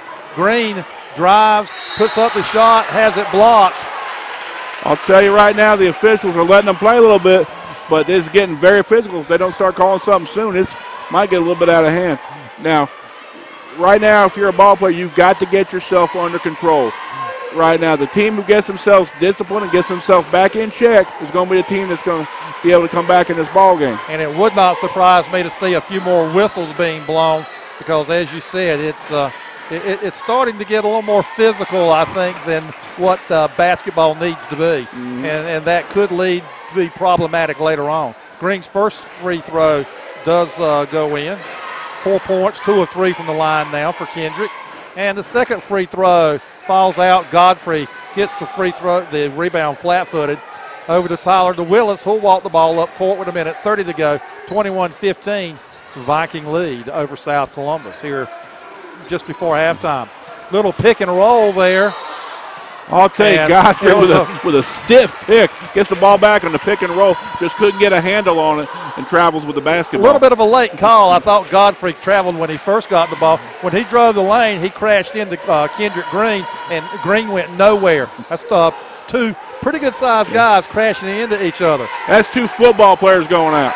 And Green goes up on the inside against Godfrey, gets position, and lays it in for two more. That's got to feel good if you're Kendrick Green because he's been frustrated the whole first half trying to get that ball in underneath. If the South Columbus can get him going, it's going to be a tough night for the West Columbus defenders. Ball tipped out of bounds. Vikings will maintain possession. Up 4, minute 3 to go. Willis to trigger the inbound play. Does so to McCollum. Back to Willis. His three is blocked by Traquan Bellamy, who brings the ball quickly to the front court to McCoy, who drives, puts it up, no good, and he's fouled. I'll tell you, interesting calls on both ends. A little bit more contact down here on the West Columbus offensive end, not called. Touch foul on the other end called. Like I said, it's going to get a little chippy. I know W.T. Edwards is going to get in that official's ear about making sure it's consistent on both ends. Zach McCoy on the line to shoot two, misses the first. Under a minute to go. Got to play smart here on both ends. You got a couple of players with two fouls on both sides. Got to be smart at this point. Second free throw up and good. South Columbus calls the press off with under a minute to play, trailing by 3. Willis will walk the ball up court. Goes over to Hardy. Hardy at the free throw line to Tyler. Tyler drives the basket, puts it up off the glass, and good. Nice little baby hook. South quickly back up the floor to the other end. That's Avion Bellamy, pushes off, gets away with it, goes in the corner for a three. No good. Avion Bellamy able to run the rebound down, gets to McCoy in the corner, in the middle to Traquan Bellamy, who tries to dish to Green, but throws it out of bounds instead. Trying to do too much too quick. South Columbus loses the chance to get the ball and get this back to a three-point ball game. If I'm the Vikings, I'm holding for the last shot, and I think Coach W.T. Edwards is asking exactly for that. Whether or not he gets that remains to be seen. If I'm West Columbus right now, I'm looking for McCollum, who's always got good stroke from outside, or if I'm looking for a quick hitter to Godfrey, maybe a quick pick and roll. Willis drives to the basket, has the ball taken away by Green, and there's going to be a foul called as Green started up court. McCollum got away with a palm on his move to the basket, but the ball was taken away, and then South Columbus, Green fouled, and he'll be shooting 1-1. That foul was on Godfrey, his second, and the 9th team foul against West Columbus. The basketball guys give it, they take it away as well. 7.7. The free throws, maybe South can get this to a 23-20 score. And then you got 7.7 if you're West Columbus. Who do you get the ball into? I'm thinking McCollum at this point. Either that or have Willis drive, even though I think they're aware of Willis's driving capability, and they'll lay off him and not allow him to get to the basket. Green 2 of 2 on that trip to the line. Makes it 23-20 with 7-6. Willis crossing a half court. Gets to McCollum. He shoots a three. Short. Godfrey with the rebound, but can't get the shot up in time. And we go to halftime with West Columbus holding a 23-20 lead. The Vikings outscore South Columbus 15-9 there in the second quarter to take that advantage. I'll tell you, as expected, nip and tuck throughout the entire first half. Neither team was able to really get a foothold. West Columbus starts off the scoring, takes that quick 5-0 lead. South comes back with an 8-0 run of their own, and it's been back and forth ever since. Looks like the play has been getting a little chippier, a little bit more physical as we got to the end of the second quarter. And I'll tell you, right now the officials have been letting them play. They might start calling a few more whistles there in the second half, especially early, to get this thing back under control. West Columbus, great ball movement, looking to get the ball right, and Miller underneath are doing a great job really making sure they get those second and third chance opportunities for West Columbus. If you're on the South Columbus side, if I'm Brian Edwards, I'm talking ball control. You have to get your body and the ball under control and you've got to be able to dribble before you go. And right now it's that one area on the right-hand side of the court that every time that they've tried to do that, it's been called. So I'm hitting fundamentals if I'm Brian Edwards. Now, well said. I don't know anything I can add to that. I'm learning, like I said, I'm learning from the best tonight. So, is there a third there must be a third person you're listening to then. And I'll tell you, you got to really enjoy these two coaches. They're punch, counter-punch right now. These two teams, neither one of them has really backed off from what they came here to do. South getting a little frustrated trying to get the ball underneath, changed up their defense a little bit, and was able to get the ball probably for a couple baskets that they weren't expecting. West Columbus has to stick with what brought them to the dance. They're getting frustrated. They can't get frustrated. They got to break that press and not force the ball and try to get too quick a basket. Distribute the ball like they've been doing. You got McCollum with a couple of good baskets. You got Miller and Godfrey playing well underneath. Distribute the ball, and the opportunities will come. Kevin, a lot was made, and I've made a lot of the fact that you've got Brian Edwards on the South Columbus bench, W.T. Edwards on the West Columbus bench. But ultimately, in high school basketball, it comes down to how well the players actually carry out what your plan is, if they carry out what your plan is when they get on the court. So absolutely, I don't know that sometimes we overthink it a little bit. We give coaches too much credit when they play well. We blame coaches too much when they don't play well, because you'll see the looks on some of these coaches. I've seen a look on W.T. Edwards and Brian Edwards' face, both already during this basketball season, that what just happened on the court was not anything that they had expected to happen or worked on. And when you're dealing with 15, 16, 17, 18-year-olds, I did it for 31 years as a classroom teacher. I coached for 16 years, and they're just unpredictable. And sometimes that light bulb just doesn't come on, and they go off on their own tangent, and it's just something that's totally uncontrollable by a coach. So, a lot of times the blame lies directly with the people that are on the court that missed the shot, turn the ball over, or make the bad pass. It's not something that the coach has coached them to do or expects them to do. And sometimes you and I have both seen it where you told them exactly what to do and what they're going to see when they go out on the court, and they go out and completely and just space out.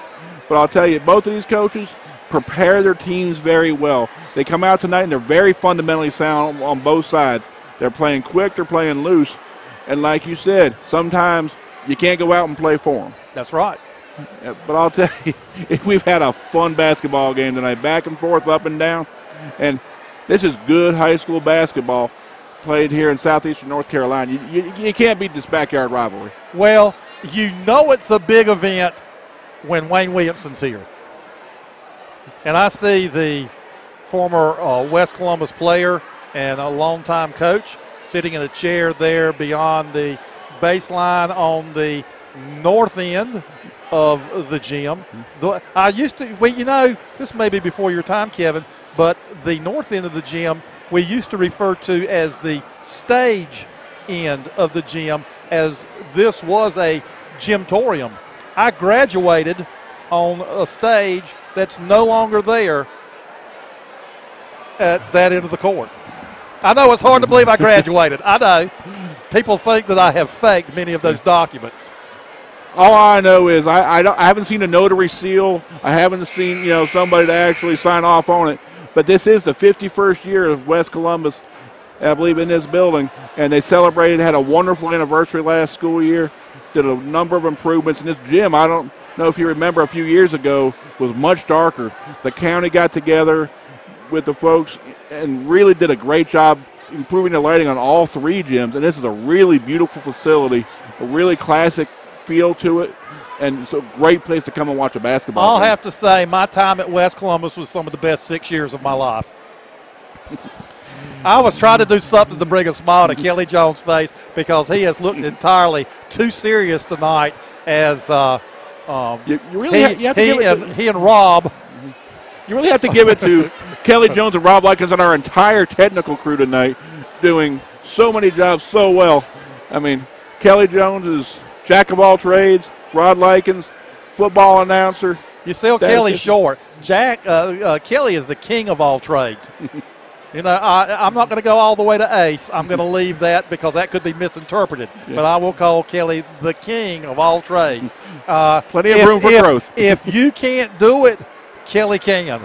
And I'll tell you right now, there is nobody in this county, and I've worked in this county for a number of years, and I know you have as well, but if you can't find somebody with an answer in this Columbus County for any question, it doesn't matter on what subject, Kelly Jones can find you an answer. There you go. And I think I am obligated to say that this announcement was paid for by the candidate, Mr. Kelly Jones, and he, I'm sure, appreciates us singing his praises, and that's the end of that conversation. Both teams are coming back out on the court, so we're going to take a break here and hear from a couple of our sponsors, and we'll be back with the second half in just a moment.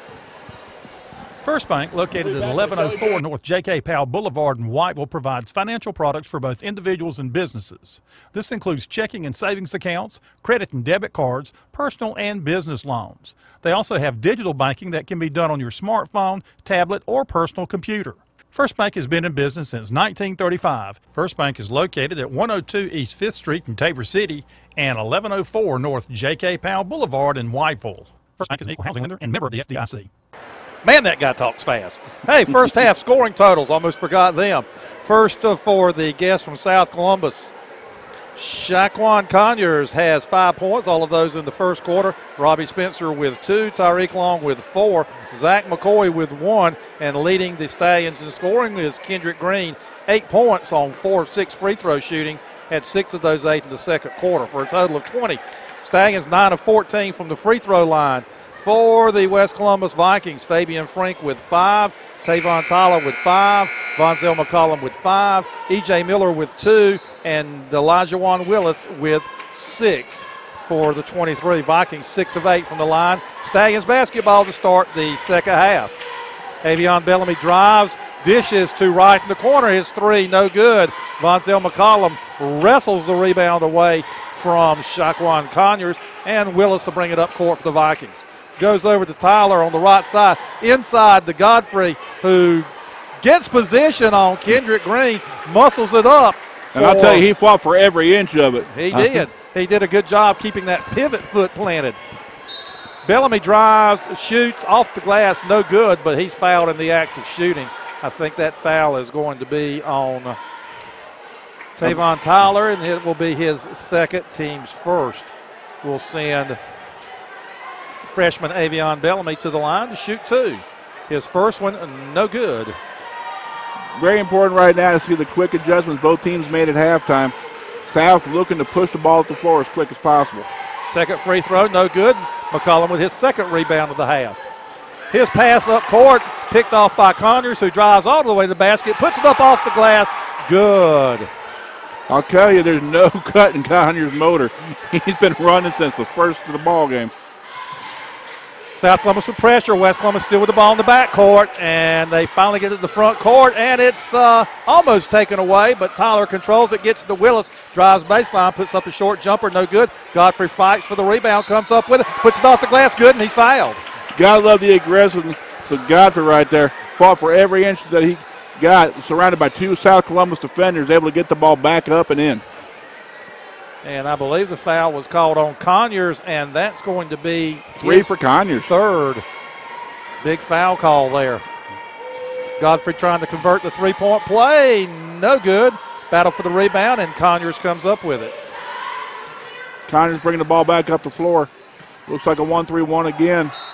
Bellamy, a whirling dervish going to the basket, puts up the shot. No good, but another foul call. And this one on, let's see, that's E.J. Miller, and that's going to be E.J. Miller's third foul for the Vikings. Bellamy quick to the hole, caught the defenders from West Columbus flat-footed, and I'll tell you, so one of the things I've always said is kids at this age can think or they can act. Most of the time they can't do both. So force them to make a decision on what they're going to do, and most of the times it'll work out to your advantage. And another thing we said, we thought the referees might be a little bit tighter with the whistles, and so far 3 fouls here in the first minute and 10 seconds. Second free throw, no good. West Columbus comes up with the rebound, takes it to the front court. Fabian Frink has it in the corner, goes inside to Godfrey. Godfrey double team, turns around. Shot off the side of the backboard. Frink battling for it. Ball on the court. Everybody on the court, and it's a first down for whoever possesses the ball. I'll tell you right now, you got to love the hustle on both teams. They got 6, 7 guys out of the 10 on the floor that are right there at that basketball. West Columbus will have the ball with the alternating possession. McCollum will inbound. Gets it out front to Willis. Willis picked up by Bellamy. Goes to Frink at the free throw line. Tyler in the corner. His shot no good. Avion Bellamy skies for the rebound. Brings it up court in a hurry. Drives all the way to the basket. Puts it up off the glass. No good, and he's fouled again. Once again, Bellamy quick to the hole, making West Columbus react to what he's doing. Eventually they're going to start sagging on him and trying to really catch him going to the hole, and those kickouts are going to start becoming wide open for South Columbus. Thing is, he's got to hit the free throws. He's just 1 of 4 here in the second half. Make that 2 of 5. Bellamy and Green have an interesting free throw style. They catch the ball a couple of feet behind the line, take one dribble, and step into it. Almost like a jump shot. Yeah. Hey, you got to do what you got to do, just as long as you get yourself in a rhythm. Well, it worked that time as he's 2 for 2. And we're back to a 2-point ball game. 3 of 6. 27-25, Vikings lead at the 6-minute mark of the third quarter. McCollum picks up his dribble. Jay Wright with the steal, drives to the basket, puts it up with the left hand, and it falls in. Jay Wright with his first 2. And a quick timeout by W.T. Edwards. And we got ourselves a tie ball game. Yes, we do. So, if you're W.T. Edwards, what are you telling your team in that huddle right now? Right now, make sure your passes, if you had a chance to look at it, the running the ball carrier, and what you should have done instead of trying to throw the ball to him is do that quick ball fake and throw it over him. If you led him a little bit, there was plenty of space on the left side of the floor where he could have dribbled the ball down. I'll tell you what, another thing that's changed recently in high school basketball, if you look up, it almost looks like some of these cheerleaders are falling out of the ceilings that they're being tossed so high. Well, I'll tell you, I guess it's okay as long as they catch them. Mm-hmm. Columbus County cheerleaders do an awesome job, and I'll tell you, if you get a chance, go see some of those competitions. Those are some amazing athletic young women. West Columbus drives to the basket. Tyler puts up a shot, no good. Godfrey goes to the floor, wrestles the ball away from Green. Vikings maintain possession. Willis has it to the corner. Gets it back out front to Tyler, who drives left side off to Willis, who pitches back to Tyler, who drives, gets it underneath to Godfrey, who tries to go up for a shot and is fouled. I'll tell you, Godfrey playing a tough ball game tonight. He's bad to battle for every inch he's gotten, but he's been a force underneath. I mean, there's no way that ball should have gotten into him, but somehow it did, and he just muscled it up. And that foul was on Conyers, and that's his 4th.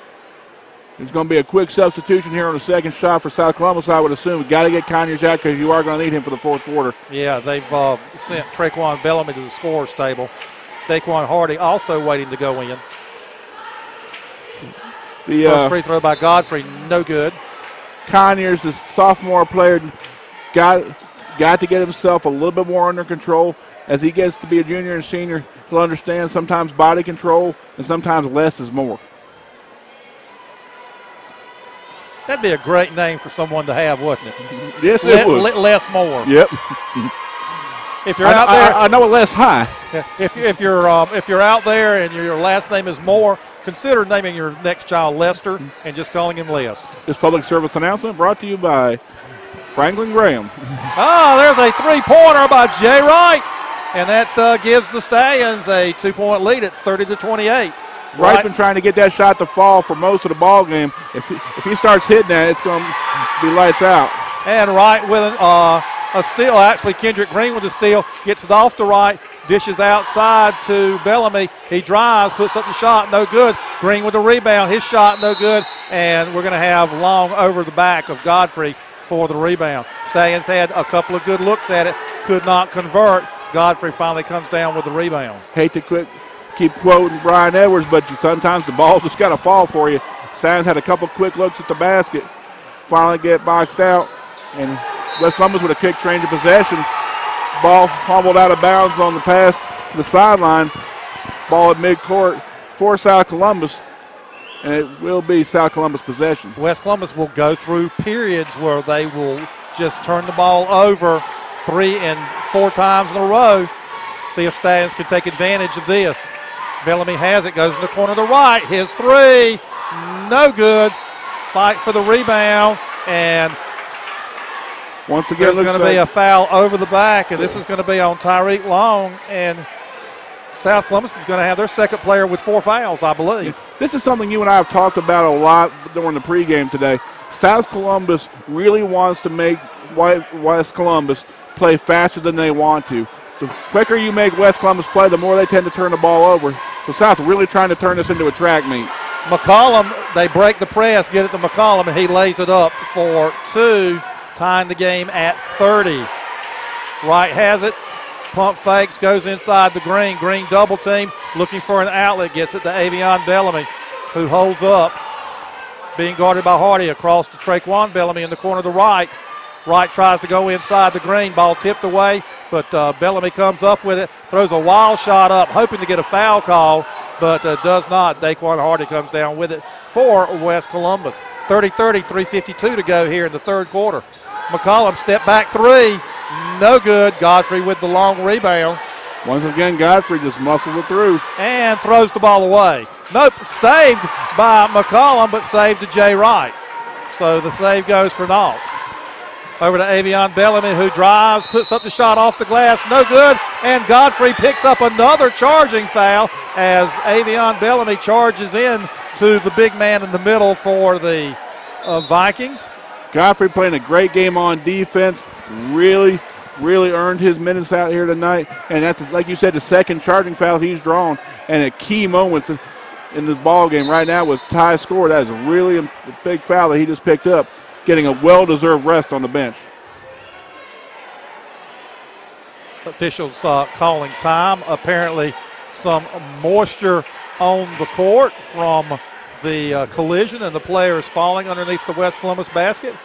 And Vonzel McCollum trying to curry favor with the official. Instead of letting the official clean it up, he's cleaning it up himself. Hey, you got to do what you got to do sometimes. Hey, let's see every little bit helps. Let's see if he gets the next call go his way. All right, Vikings to inbound. Frink gets it into Willis, back to Frink. To Hardy. Hardy into the front court. He's picked up now by Bellamy, now over to Frink. To Willis, guarded by Avion Bellamy, gets a screen from Frink. Back to Frink, who drives the lane, puts it up, no good. Brownlee with the rebound, no good. Ball off the rim, and Traquan Bellamy comes up with it, tries to take it to the hoop. Daquan Hardy takes it away from him. They get it up to Brownlee. Brownlee drives the baseline, and he's fouled by Spencer.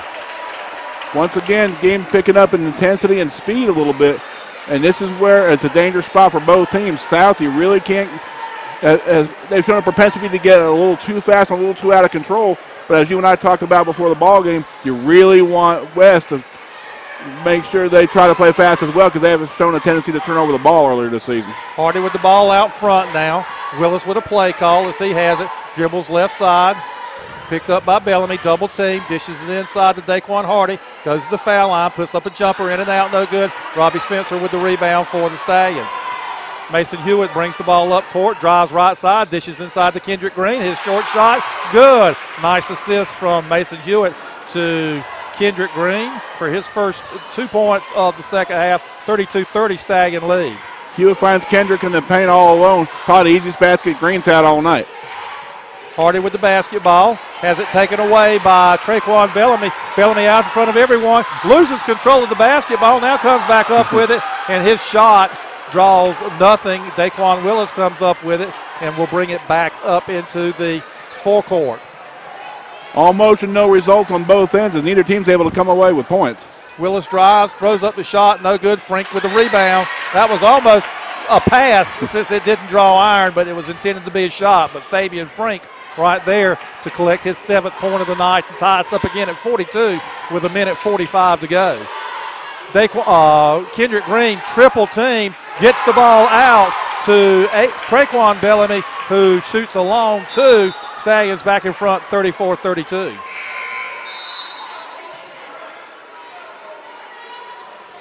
Stoppage of play for some reason.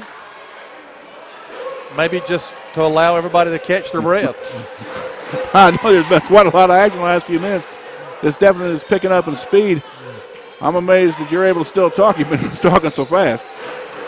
All right, Daquan Hardy has the basketball, comes into the front court for the Vikings. Starts to drive to the basket, pump fakes Robbie Spencer, up and under. Nice move by Daquan Hardy for 2 points, and that ties us back at 34. Ball in the corner to Nathan Pineda. His jumper is good. Nathan Pineda gets in the books with his first 2 points. 36-34, minute 10 to go. Stallions with a 2-point lead. Pineda picking up some important points. Got to play smart right now. He's able to pick up those points, and they're going to need every minute Pineda can give them with those 2 players on the bench with 4 fouls. South Columbus foul on Mason Hewitt, and that's going to send Elijah Willis to the line, I believe, shooting 1-1, 17 foul.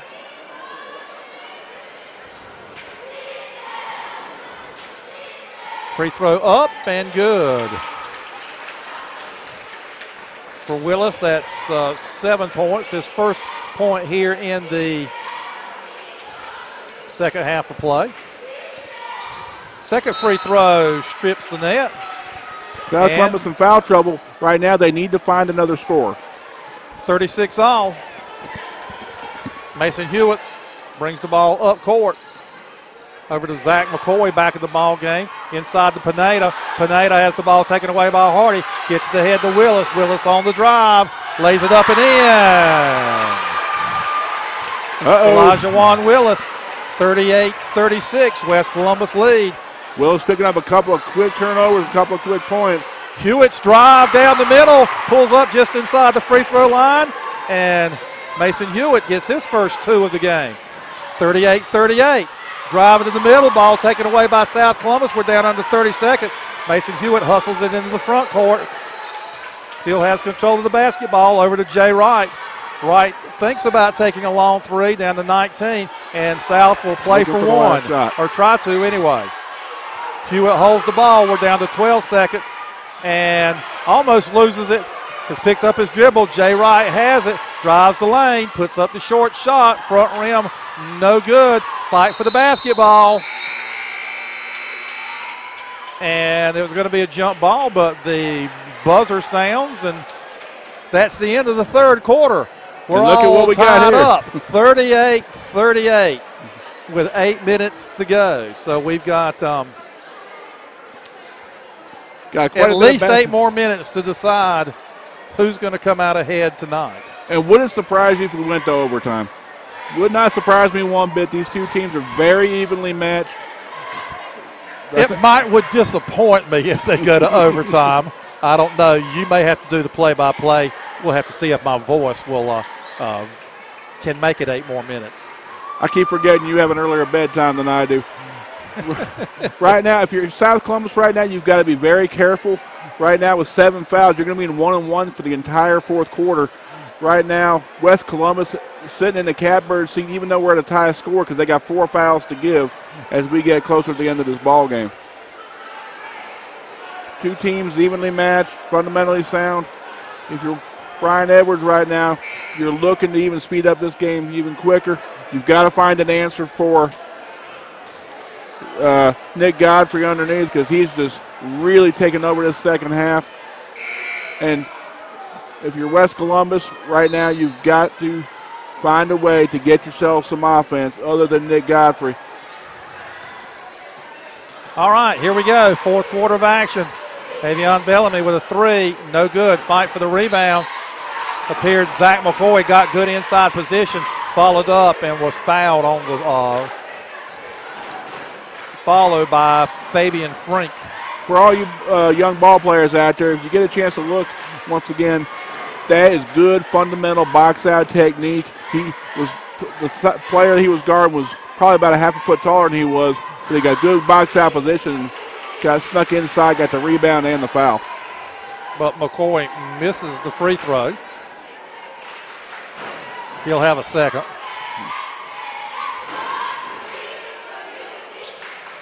Second is good.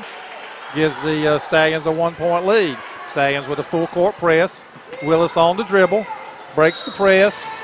And we have a pushing foul called on Jay Wright as Willis crossed half court. And that's going to be a 1-and-1 for Delijah Willis. I'll tell you right now, you got to be careful if South Columbus with this press. They were in good position. The problem you had was at that point you need to make the sideline your friend. Jay Wright, if he'd have put 1 foot on the sideline, 1 foot in the playing surface, he would have drawn a charge. We've been going the other way. Missed the front half of the 1-and-1. Palm called once again. We're at that same corner, and that left corner seems to be a bugaboo on both ends of the floor for the South Columbus Stallions. You can't have possessions where you don't get shots. You can stand possessions where you may not make a shot, but you at least want to get a shot off. Ball into the front court now. Frank has it holding on the right side. DeJure Smith in the lineup for the Vikings. Skylar Richard making his first appearance. Willis drives right side, throws up a one-hander. No good. Spencer and Green, good block out for the rebound. And a long front court pass attempt from Avion Bellamy to Jay Wright. But you got to love the hustle by Skylar Richard. Yeah. Richard got airborne, almost took out the first 2 rows of the bench on the far side. 39-38, South leads and has the basketball. Ball goes to Wright in the corner, back out to Bellamy out front. Over to McCoy, down in the corner to Spencer. His short jumper from the baseline, too strong, and Frank comes up with a rebound. Quickly out to Jonathan Jones, driving one-on-one, lays it up, it's good. And offensive foul called on Jonathan Jones. I'm not too sure W.T. Edwards agrees on that because it looked like he started falling way before the contact was made. Kevin, I'm not sure I agree with that either. I think South Columbus got a break there. If anything, I thought it would have been an and one. All right, South Columbus with the ball and a 1-point lead. Pass over to McCoy, trying to get it inside to Spencer, who's established position, and he goes up and 2 points. Spencer a long time in that lane, but gets the basket. Spencer, a smart heads-up player, the quarterback for the Stallion football team, picks up a big bucket and makes it a 3-point ball game. Quick change of possession. South Columbus brings the ball back up the floor. And we got another foul called. Not a lot of calls in the first half. We've got 13 fouls in the second, 14 fouls in the second half. And it looks like we might be getting to a free throw competition coming down to the end. Richard with the foul, his first. Godfrey, Miller, McCollum all back in for the Vikings. 4 of the 5 starters in for West Columbus along with Fabian Frank. Wright looking to inbounds, needs to do so in a hurry. Running out of time. Gets it into McCoy to Green at the free throw line. He spins, goes up, and it falls off. Frank with the rebound for West Columbus, and he'll hold up and give off to Willis, who'll bring it down court. Vikings trail by 3 with 6:05 to go here in the game. Willis drives right side, tries to use a screen by Godfrey. Out to McCollum out front. He fakes a 3, goes to Miller. Miller's short jumper, no good, and Kendrick Green's going to be called for the foul. Green all over him with the hands. Had position. If he'd have just held his ground and kept his hands up, he wouldn't have drawn the call, but Kendrick Green a little too aggressive on the defensive end. Green's first foul sends E.J. Miller to the line to shoot 2. Miller's first free throw is perfect. 41-39. 41-40 as Miller sinks 2. Now 4-4 from the line for E.J. Miller, 4 points in the game. Wright in the corner with the basketball, back out front to Bellamy. Wright looking inside, goes to Spencer, hands off to Green, who goes up, a contested shot that's good. I think South Columbus found the answer. Use the entry to Robbie Spencer. If it's open, go ahead and take the jumper. If not, Dish off to Kendrick Green, flashing through the lane. Hendrick with the hoop and the harm will shoot, try to complete the three-point play. 43-40, 5:42 to go. That's the fourth foul on E.J. Miller. Here's that free throw where he dribbles in, takes one bounce, puts it up, and nothing but net. Completes the old-fashioned three-point play. South Columbus is still executing that full-court pressure. Got an open shot from McCollum in the corner. Too strong. Miller goes high for the rebound, but steps on the baseline. Miller fighting for that ball for everything he had. Just bounces the ball on the baseline. And the turnover back to South Columbus. Davion Bellamy coming in a hurry. Tries to drive the middle. Has it taken away by Delijah Willis, who lays it up off the glass. Good.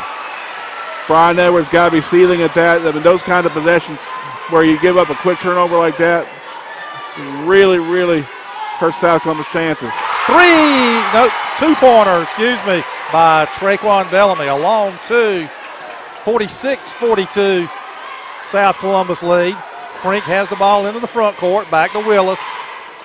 Willis guarded by Traquan Bellamy. Drives left side. Green picks him up, and he travels trying to get the shot up as Kendrick Green did a good job of help defense picking him up after he had beaten his initial defender. There's a three-pointer by Jay Wright. No good. Spencer battles for the rebound. Comes up with it. Over to Bellamy. His third shot for good for three this time. W.T. Edwards looking to get a quick timeout. Momentum obviously swinging towards South Columbus. You see the emotion on the South Columbus bench right now. Edwards quick to call that timeout and slow this thing down. Traquan Bellamy smart enough to slide that foot back about 2 inches instead of a long two, getting credit for three and extending that Stallion lead to 49-42. Tell you right now, Green on that last possession, real heads up, help defense, kept his ground, kept his hands up, made a big stop for South Columbus to trigger that break. And right now, momentum squarely in the corner of South Columbus. And offensively, South Columbus has found something going to Jay Wright on the right side, and Wright has either dumped the ball down inside to Spencer, and as you said, if Spencer's open, he takes the shot. If not, he's looking for Green, because whoever gets the ball inside for South Columbus is getting double teamed, which should lead the other big man open. But if Wright doesn't have either one of those options, he's going cross court to Bellamy, and Traquan Bellamy's hit two big jump shots to extend this lead to 49-42. Fundamental pick and roll basketball. If you're smart enough, you will find the open man. There has to be somebody open, and South Columbus playing smart basketball at this point. West Columbus got to get it back under control. Still full court pressure by the Stallions. Willis has it. He'll break it on the dribble. Gets it to Tyler. Tyler's short shot off the glass, no good. Battle for the rebound, and E.J. Miller comes up with it, puts it back up. Good. Miller, tough points underneath. Big basket, hopefully to break that momentum of South Columbus. Wright with the ball on the right side. Back to Bellamy. Dishes to Wright. He fakes the three. Drives. Has his shot swatted out of bounds by either Tyler or Godfrey. Difference on that possession. Wright looked, didn't have the entry pass, tried to take it himself, was surrounded by three West Columbus Vikings, and that thing just got swatted out the sky.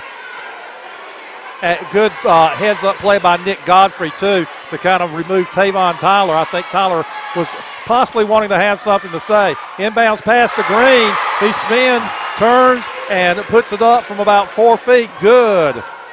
Kendrick Green with 6 in the quarter. 16 in the game. Offensive foul on Fabian Frink as Nathan Pineda stayed in there and took the full brunt of Fabian Frink's drive to the basket. Nathan Pineda, unheralded 11th grader, doing a great job giving Brian Edwards some really good minutes here tonight. Picks up a big charge as that looked for all the world like he was going to go for an easy two. And, he took the full brunt of that.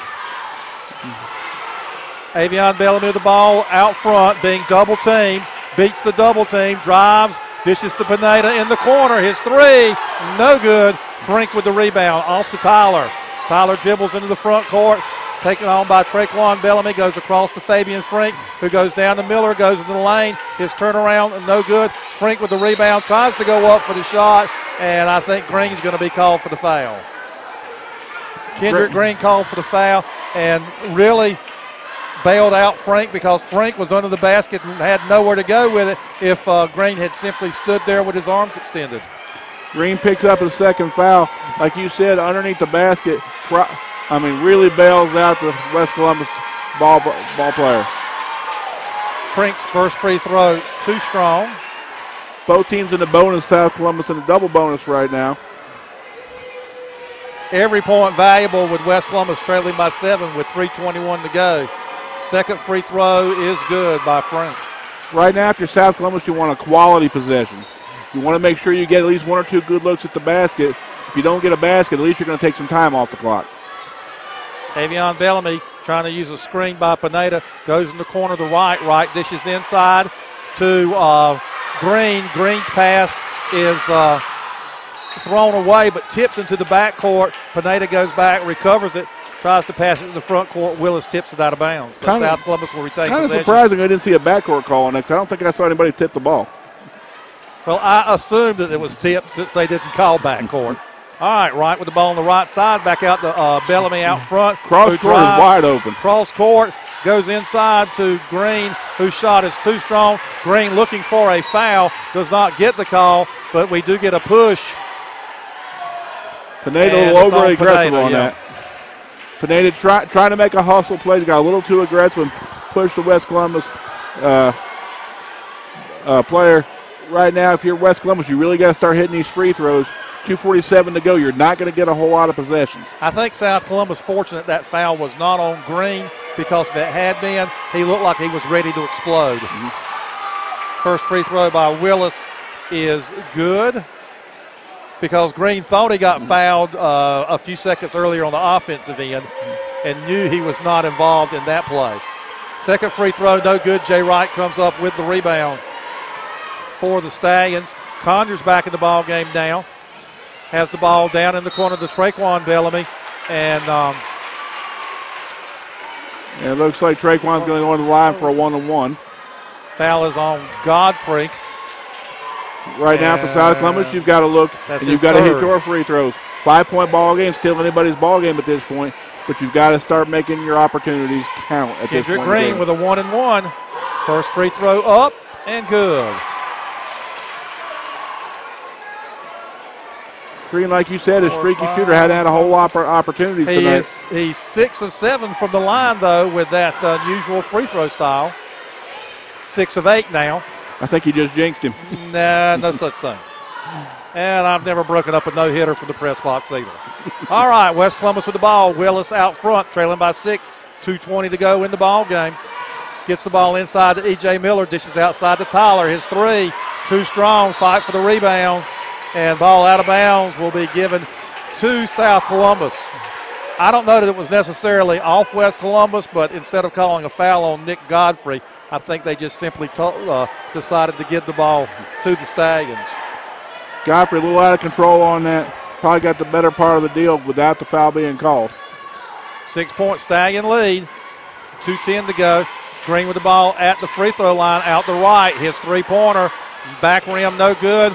Green chasing it down. Conyers has it, and there's a traveling violation called when it appeared that if you're watching on the internet, it appeared no one had possession of the basketball to travel.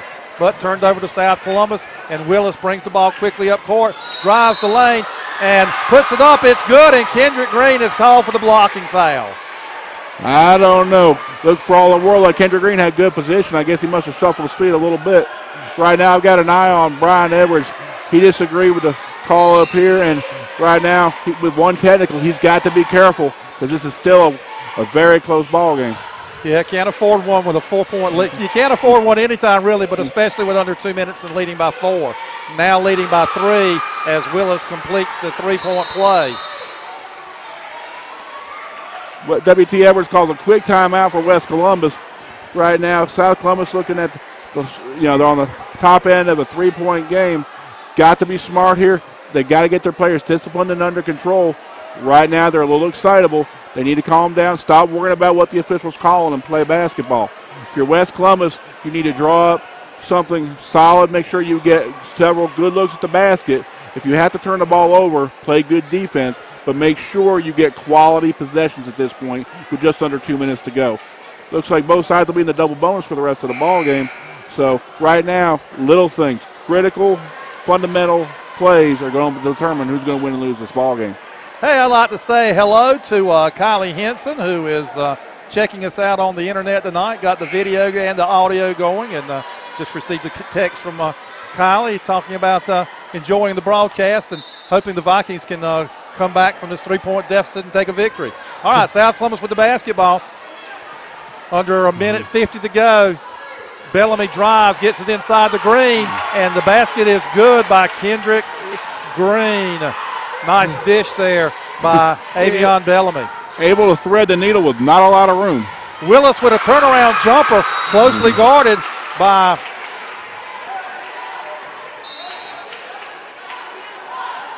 the official thought that Coach Edwards wanted a timeout. So he's actually got a bonus because the clock stopped there momentarily. Bellamy drives again, dishes outside, but he is fouled on the drive. 10 fouls for West Columbus, going to be double bonus both directions. Right now, critical free throws at the line for South Columbus is freshman Avion Bellamy, who is 3 of 6, 4 of 7. Big free throws makes this a 2-possession ball game right now. Traquan Bellamy replacing Jay Wright in the Stallion lineup.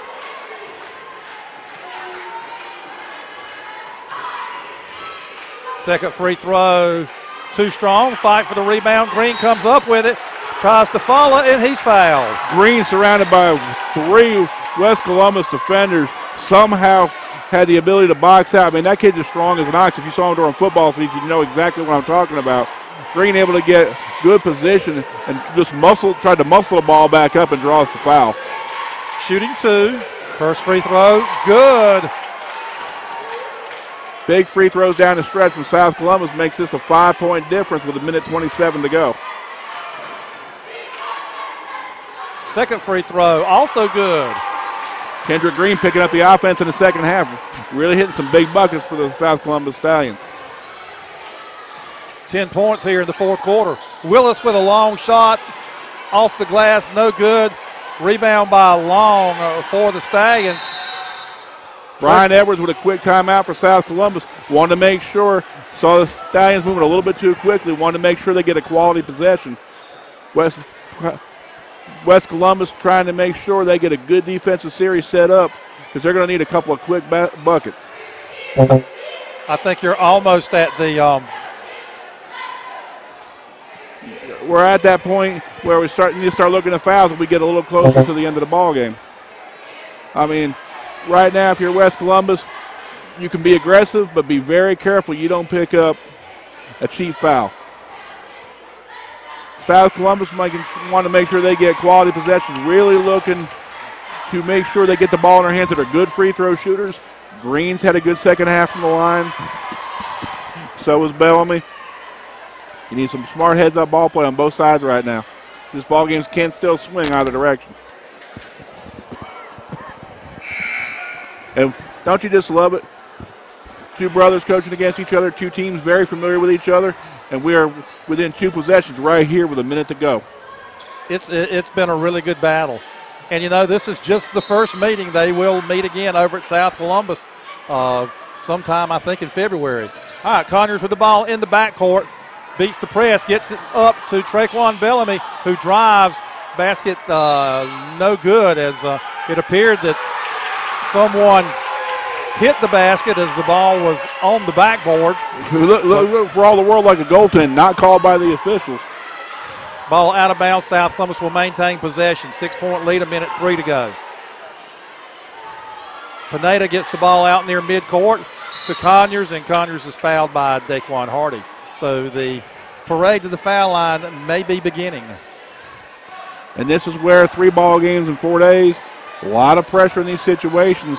You really you're gonna see quality come to the forefront. Conyers has played a good ball game tonight, had a couple of fouls, a couple of turnovers, but really, if he takes his time right now, can put this out of reach. 2 of 4, both of those in the first half. Hits the first one.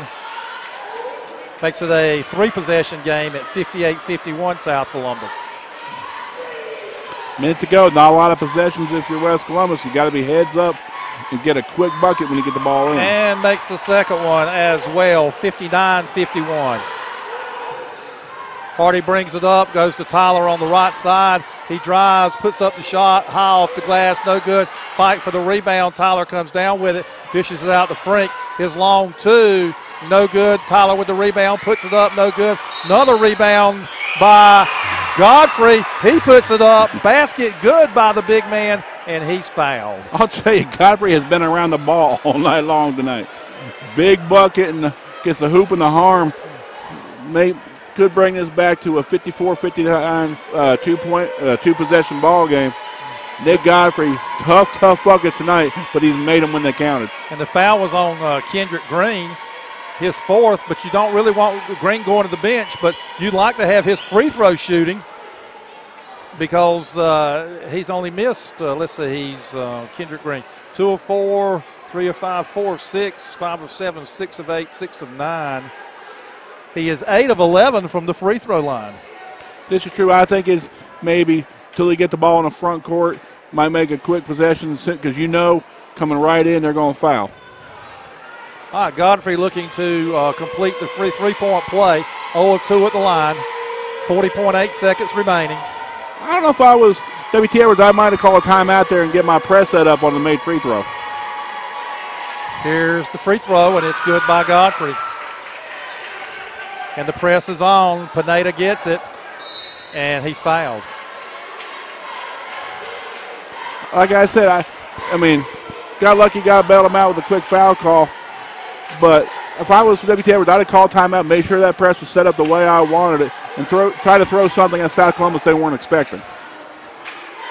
Apparently, and Brian Edwards, of course, knows his team a lot better than we do, but apparently he trusts Pineda at the free throw line, and Pineda just crushes that trust by leaving the first one short. I'll tell you, I get Green back on the floor as quickly as I could. Well, he's at the scorer's table to come in after this free throw if Pineda makes it. Second free throw was up, and it's too strong. And the fight for the rebound, and Godfrey rips it away. Long 3 by McCollum. Off the glass, no good. Pineda with the rebound. They're going to foul him again. I'll tell you, if I was them, that'd be the person I'd foul. Hadn't had a whole lot of offense tonight, but you got to take your chance and put Pineda on the line. Once again, it looks like Green ain't ready to get up, so I'm thinking he's going to be coming in for Pineda. Well, last time Nathan had 1 short and 1 long, and that one barely grazes the front iron. Now 0 for 3. Green will come in for the shooter Pineda on a made free throw. And that one around and out. Rebound by E.J. Miller to Tyler. Front court to Hardy. His 3. No good. Rebound taken away by McCollum. And let's see who the foul is on. Foul is going to be on number 11, Bellamy. And I'll tell you right now, critical free throws right here. You need to get this to a 1-possession game. If he can do that, if he hits them both. McCollum, a good shooter. And no, I did not jinx it. He just simply didn't make it, folks. All I can say is the evidence is right there in front of you, folks.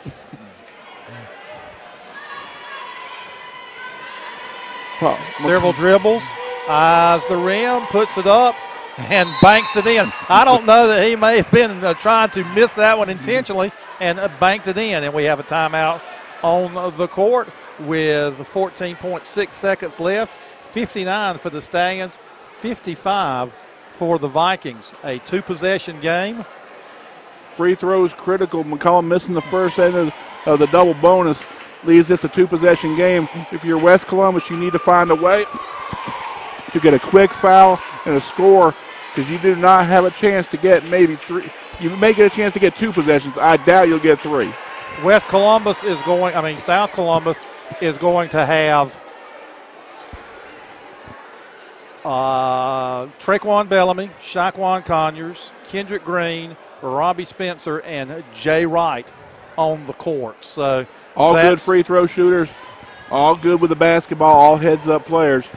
It's really who you want to handle the ball. The question is, if you're West Columbus, who do you foul at this point? And I'm thinking right now, I make sure Green doesn't get the ball.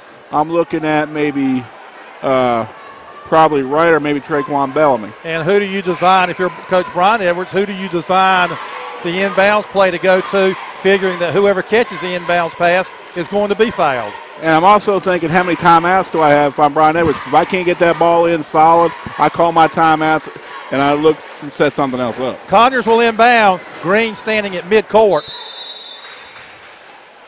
And gets it inbounds to Spencer. And Spencer fouled immediately. Only about maybe half a second come off the clock. For all the contact that we've had in the ball game tonight, I think the officials were knowing that any contact at all was what West Columbus was hoping for. So Robbie Spencer will go to the line, shooting 2. First one too strong. Daquan Hardy picks up his 4th. Not really important at this point in the ball game, but I'll tell you right now, if Robbie Spencer can hit this one, it's really going to put a dagger in the West Columbus Spencer Vikings. does. Tyler brings the ball up court with 10 seconds. Drives right side, goes behind his back. Tries to dish outside to Hardy. Throws it over his head into the West Columbus bench. And with 5.3 seconds and a 60-55 lead, I think that is probably going to do it. Ball inbound to Jay Wright. And Wright is fouled by Hardy. And all we're going to have now is just determining what the final margin is going to be. Hardy playing a great ball game tonight. Unfortunately, fouled out with his 5th foul, but he left it all on the court. 5-point lead right now for South Columbus. You just got to be heads up. If I was Brian Edwards, I would probably pull my players off the free throw line.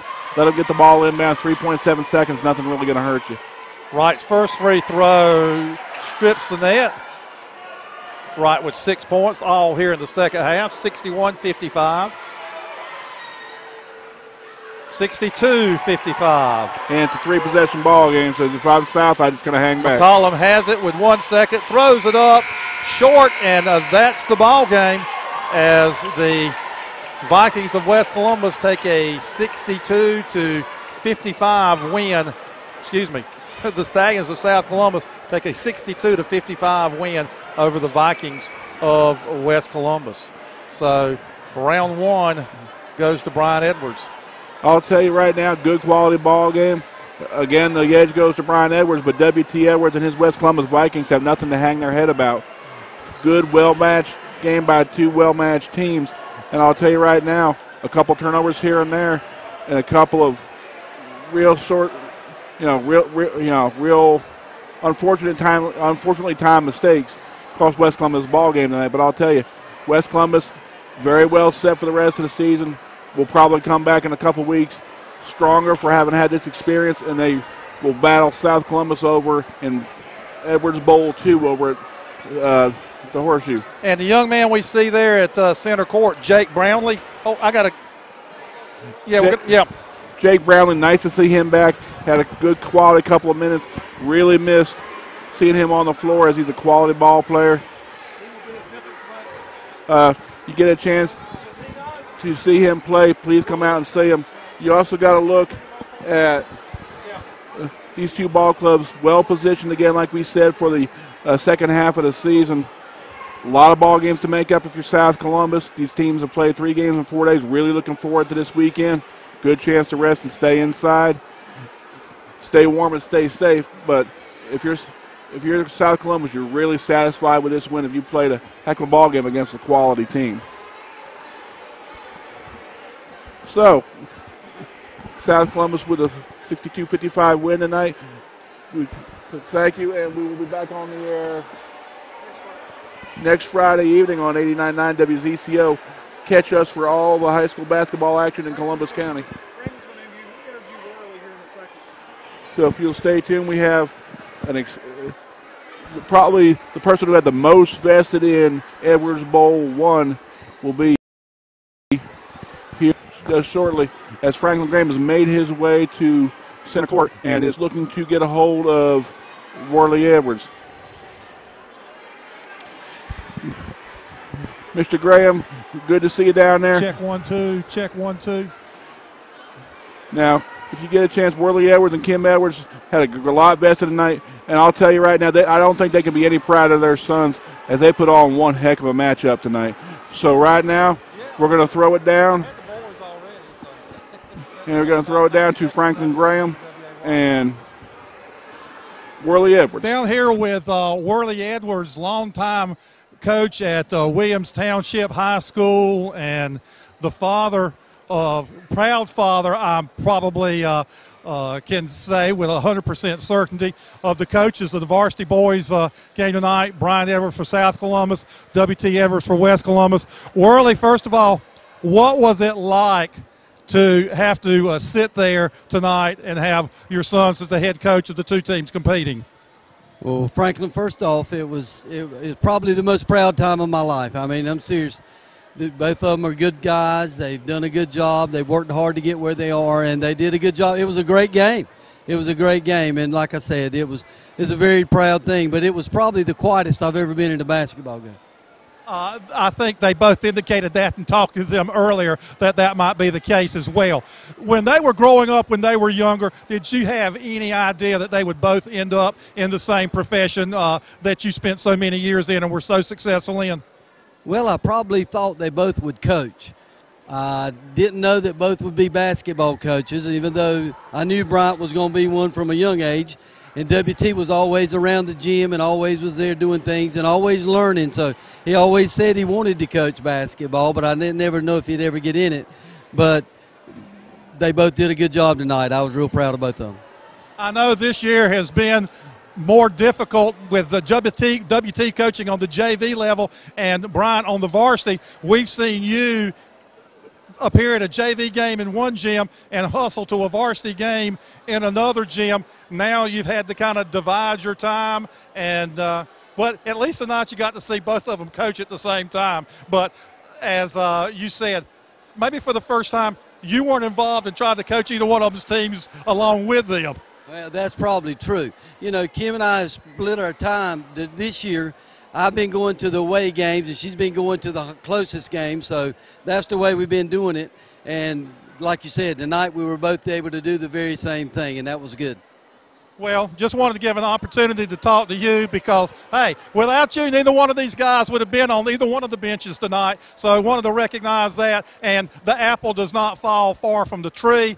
You know, WT taking over as only the third coach in West Columbus high school history. That's quite something right there, and maybe he'll serve another 25 years like the previous two have. And I think Bryant brings a very solid foundation and should be at South Columbus for years to come unless he decides to do something else. Well, and that's a good thing. I think both of them are real happy at what they're doing.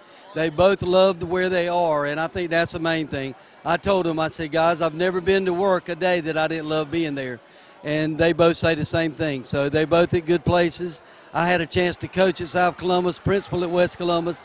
So even if they weren't playing tonight, my heart would have been divided. But still, it's hard to pull for somebody tonight because you'd be pulling against the other one. So that was a hard thing. But it was good, and it was a very good game. I was proud of that. Well, congratulations to you, to Kim, and to all of the Edwards family on their success, and hopefully we'll see a lot more of these matchups. Thank you so much. I appreciate you, Frank. Back to you up top. Edwards and Franklin Graham, Worley Edwards and Kim Edwards, probably the proudest two people in the building tonight as they watch both their sons coach a fantastic ball game with South Columbus coming out the victor. Once again, these two teams will play again in about 2 weeks over at the South Columbus Horseshoe, and we look forward to bringing that to you as well. Once again, for Kelly Jones, Rod Likens, Franklin Graham, I'm Kevin Toman. Thank you, and we look forward to seeing you next Friday night here on 89.9 WZCO.